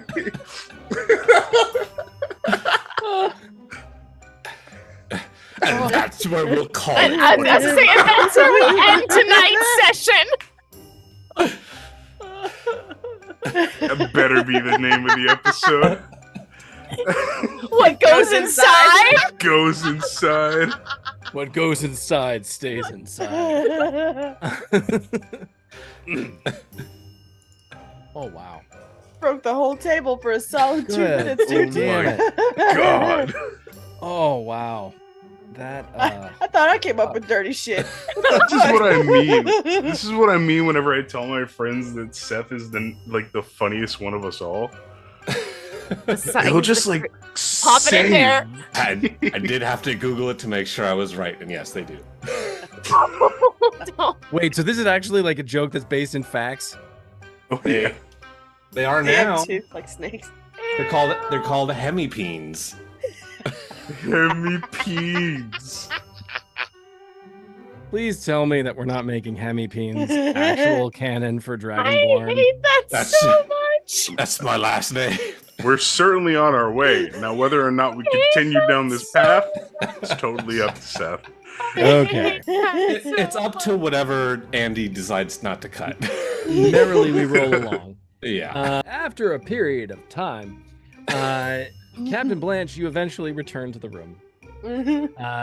And you find a freshly bathed Hatch, also freshly clothed.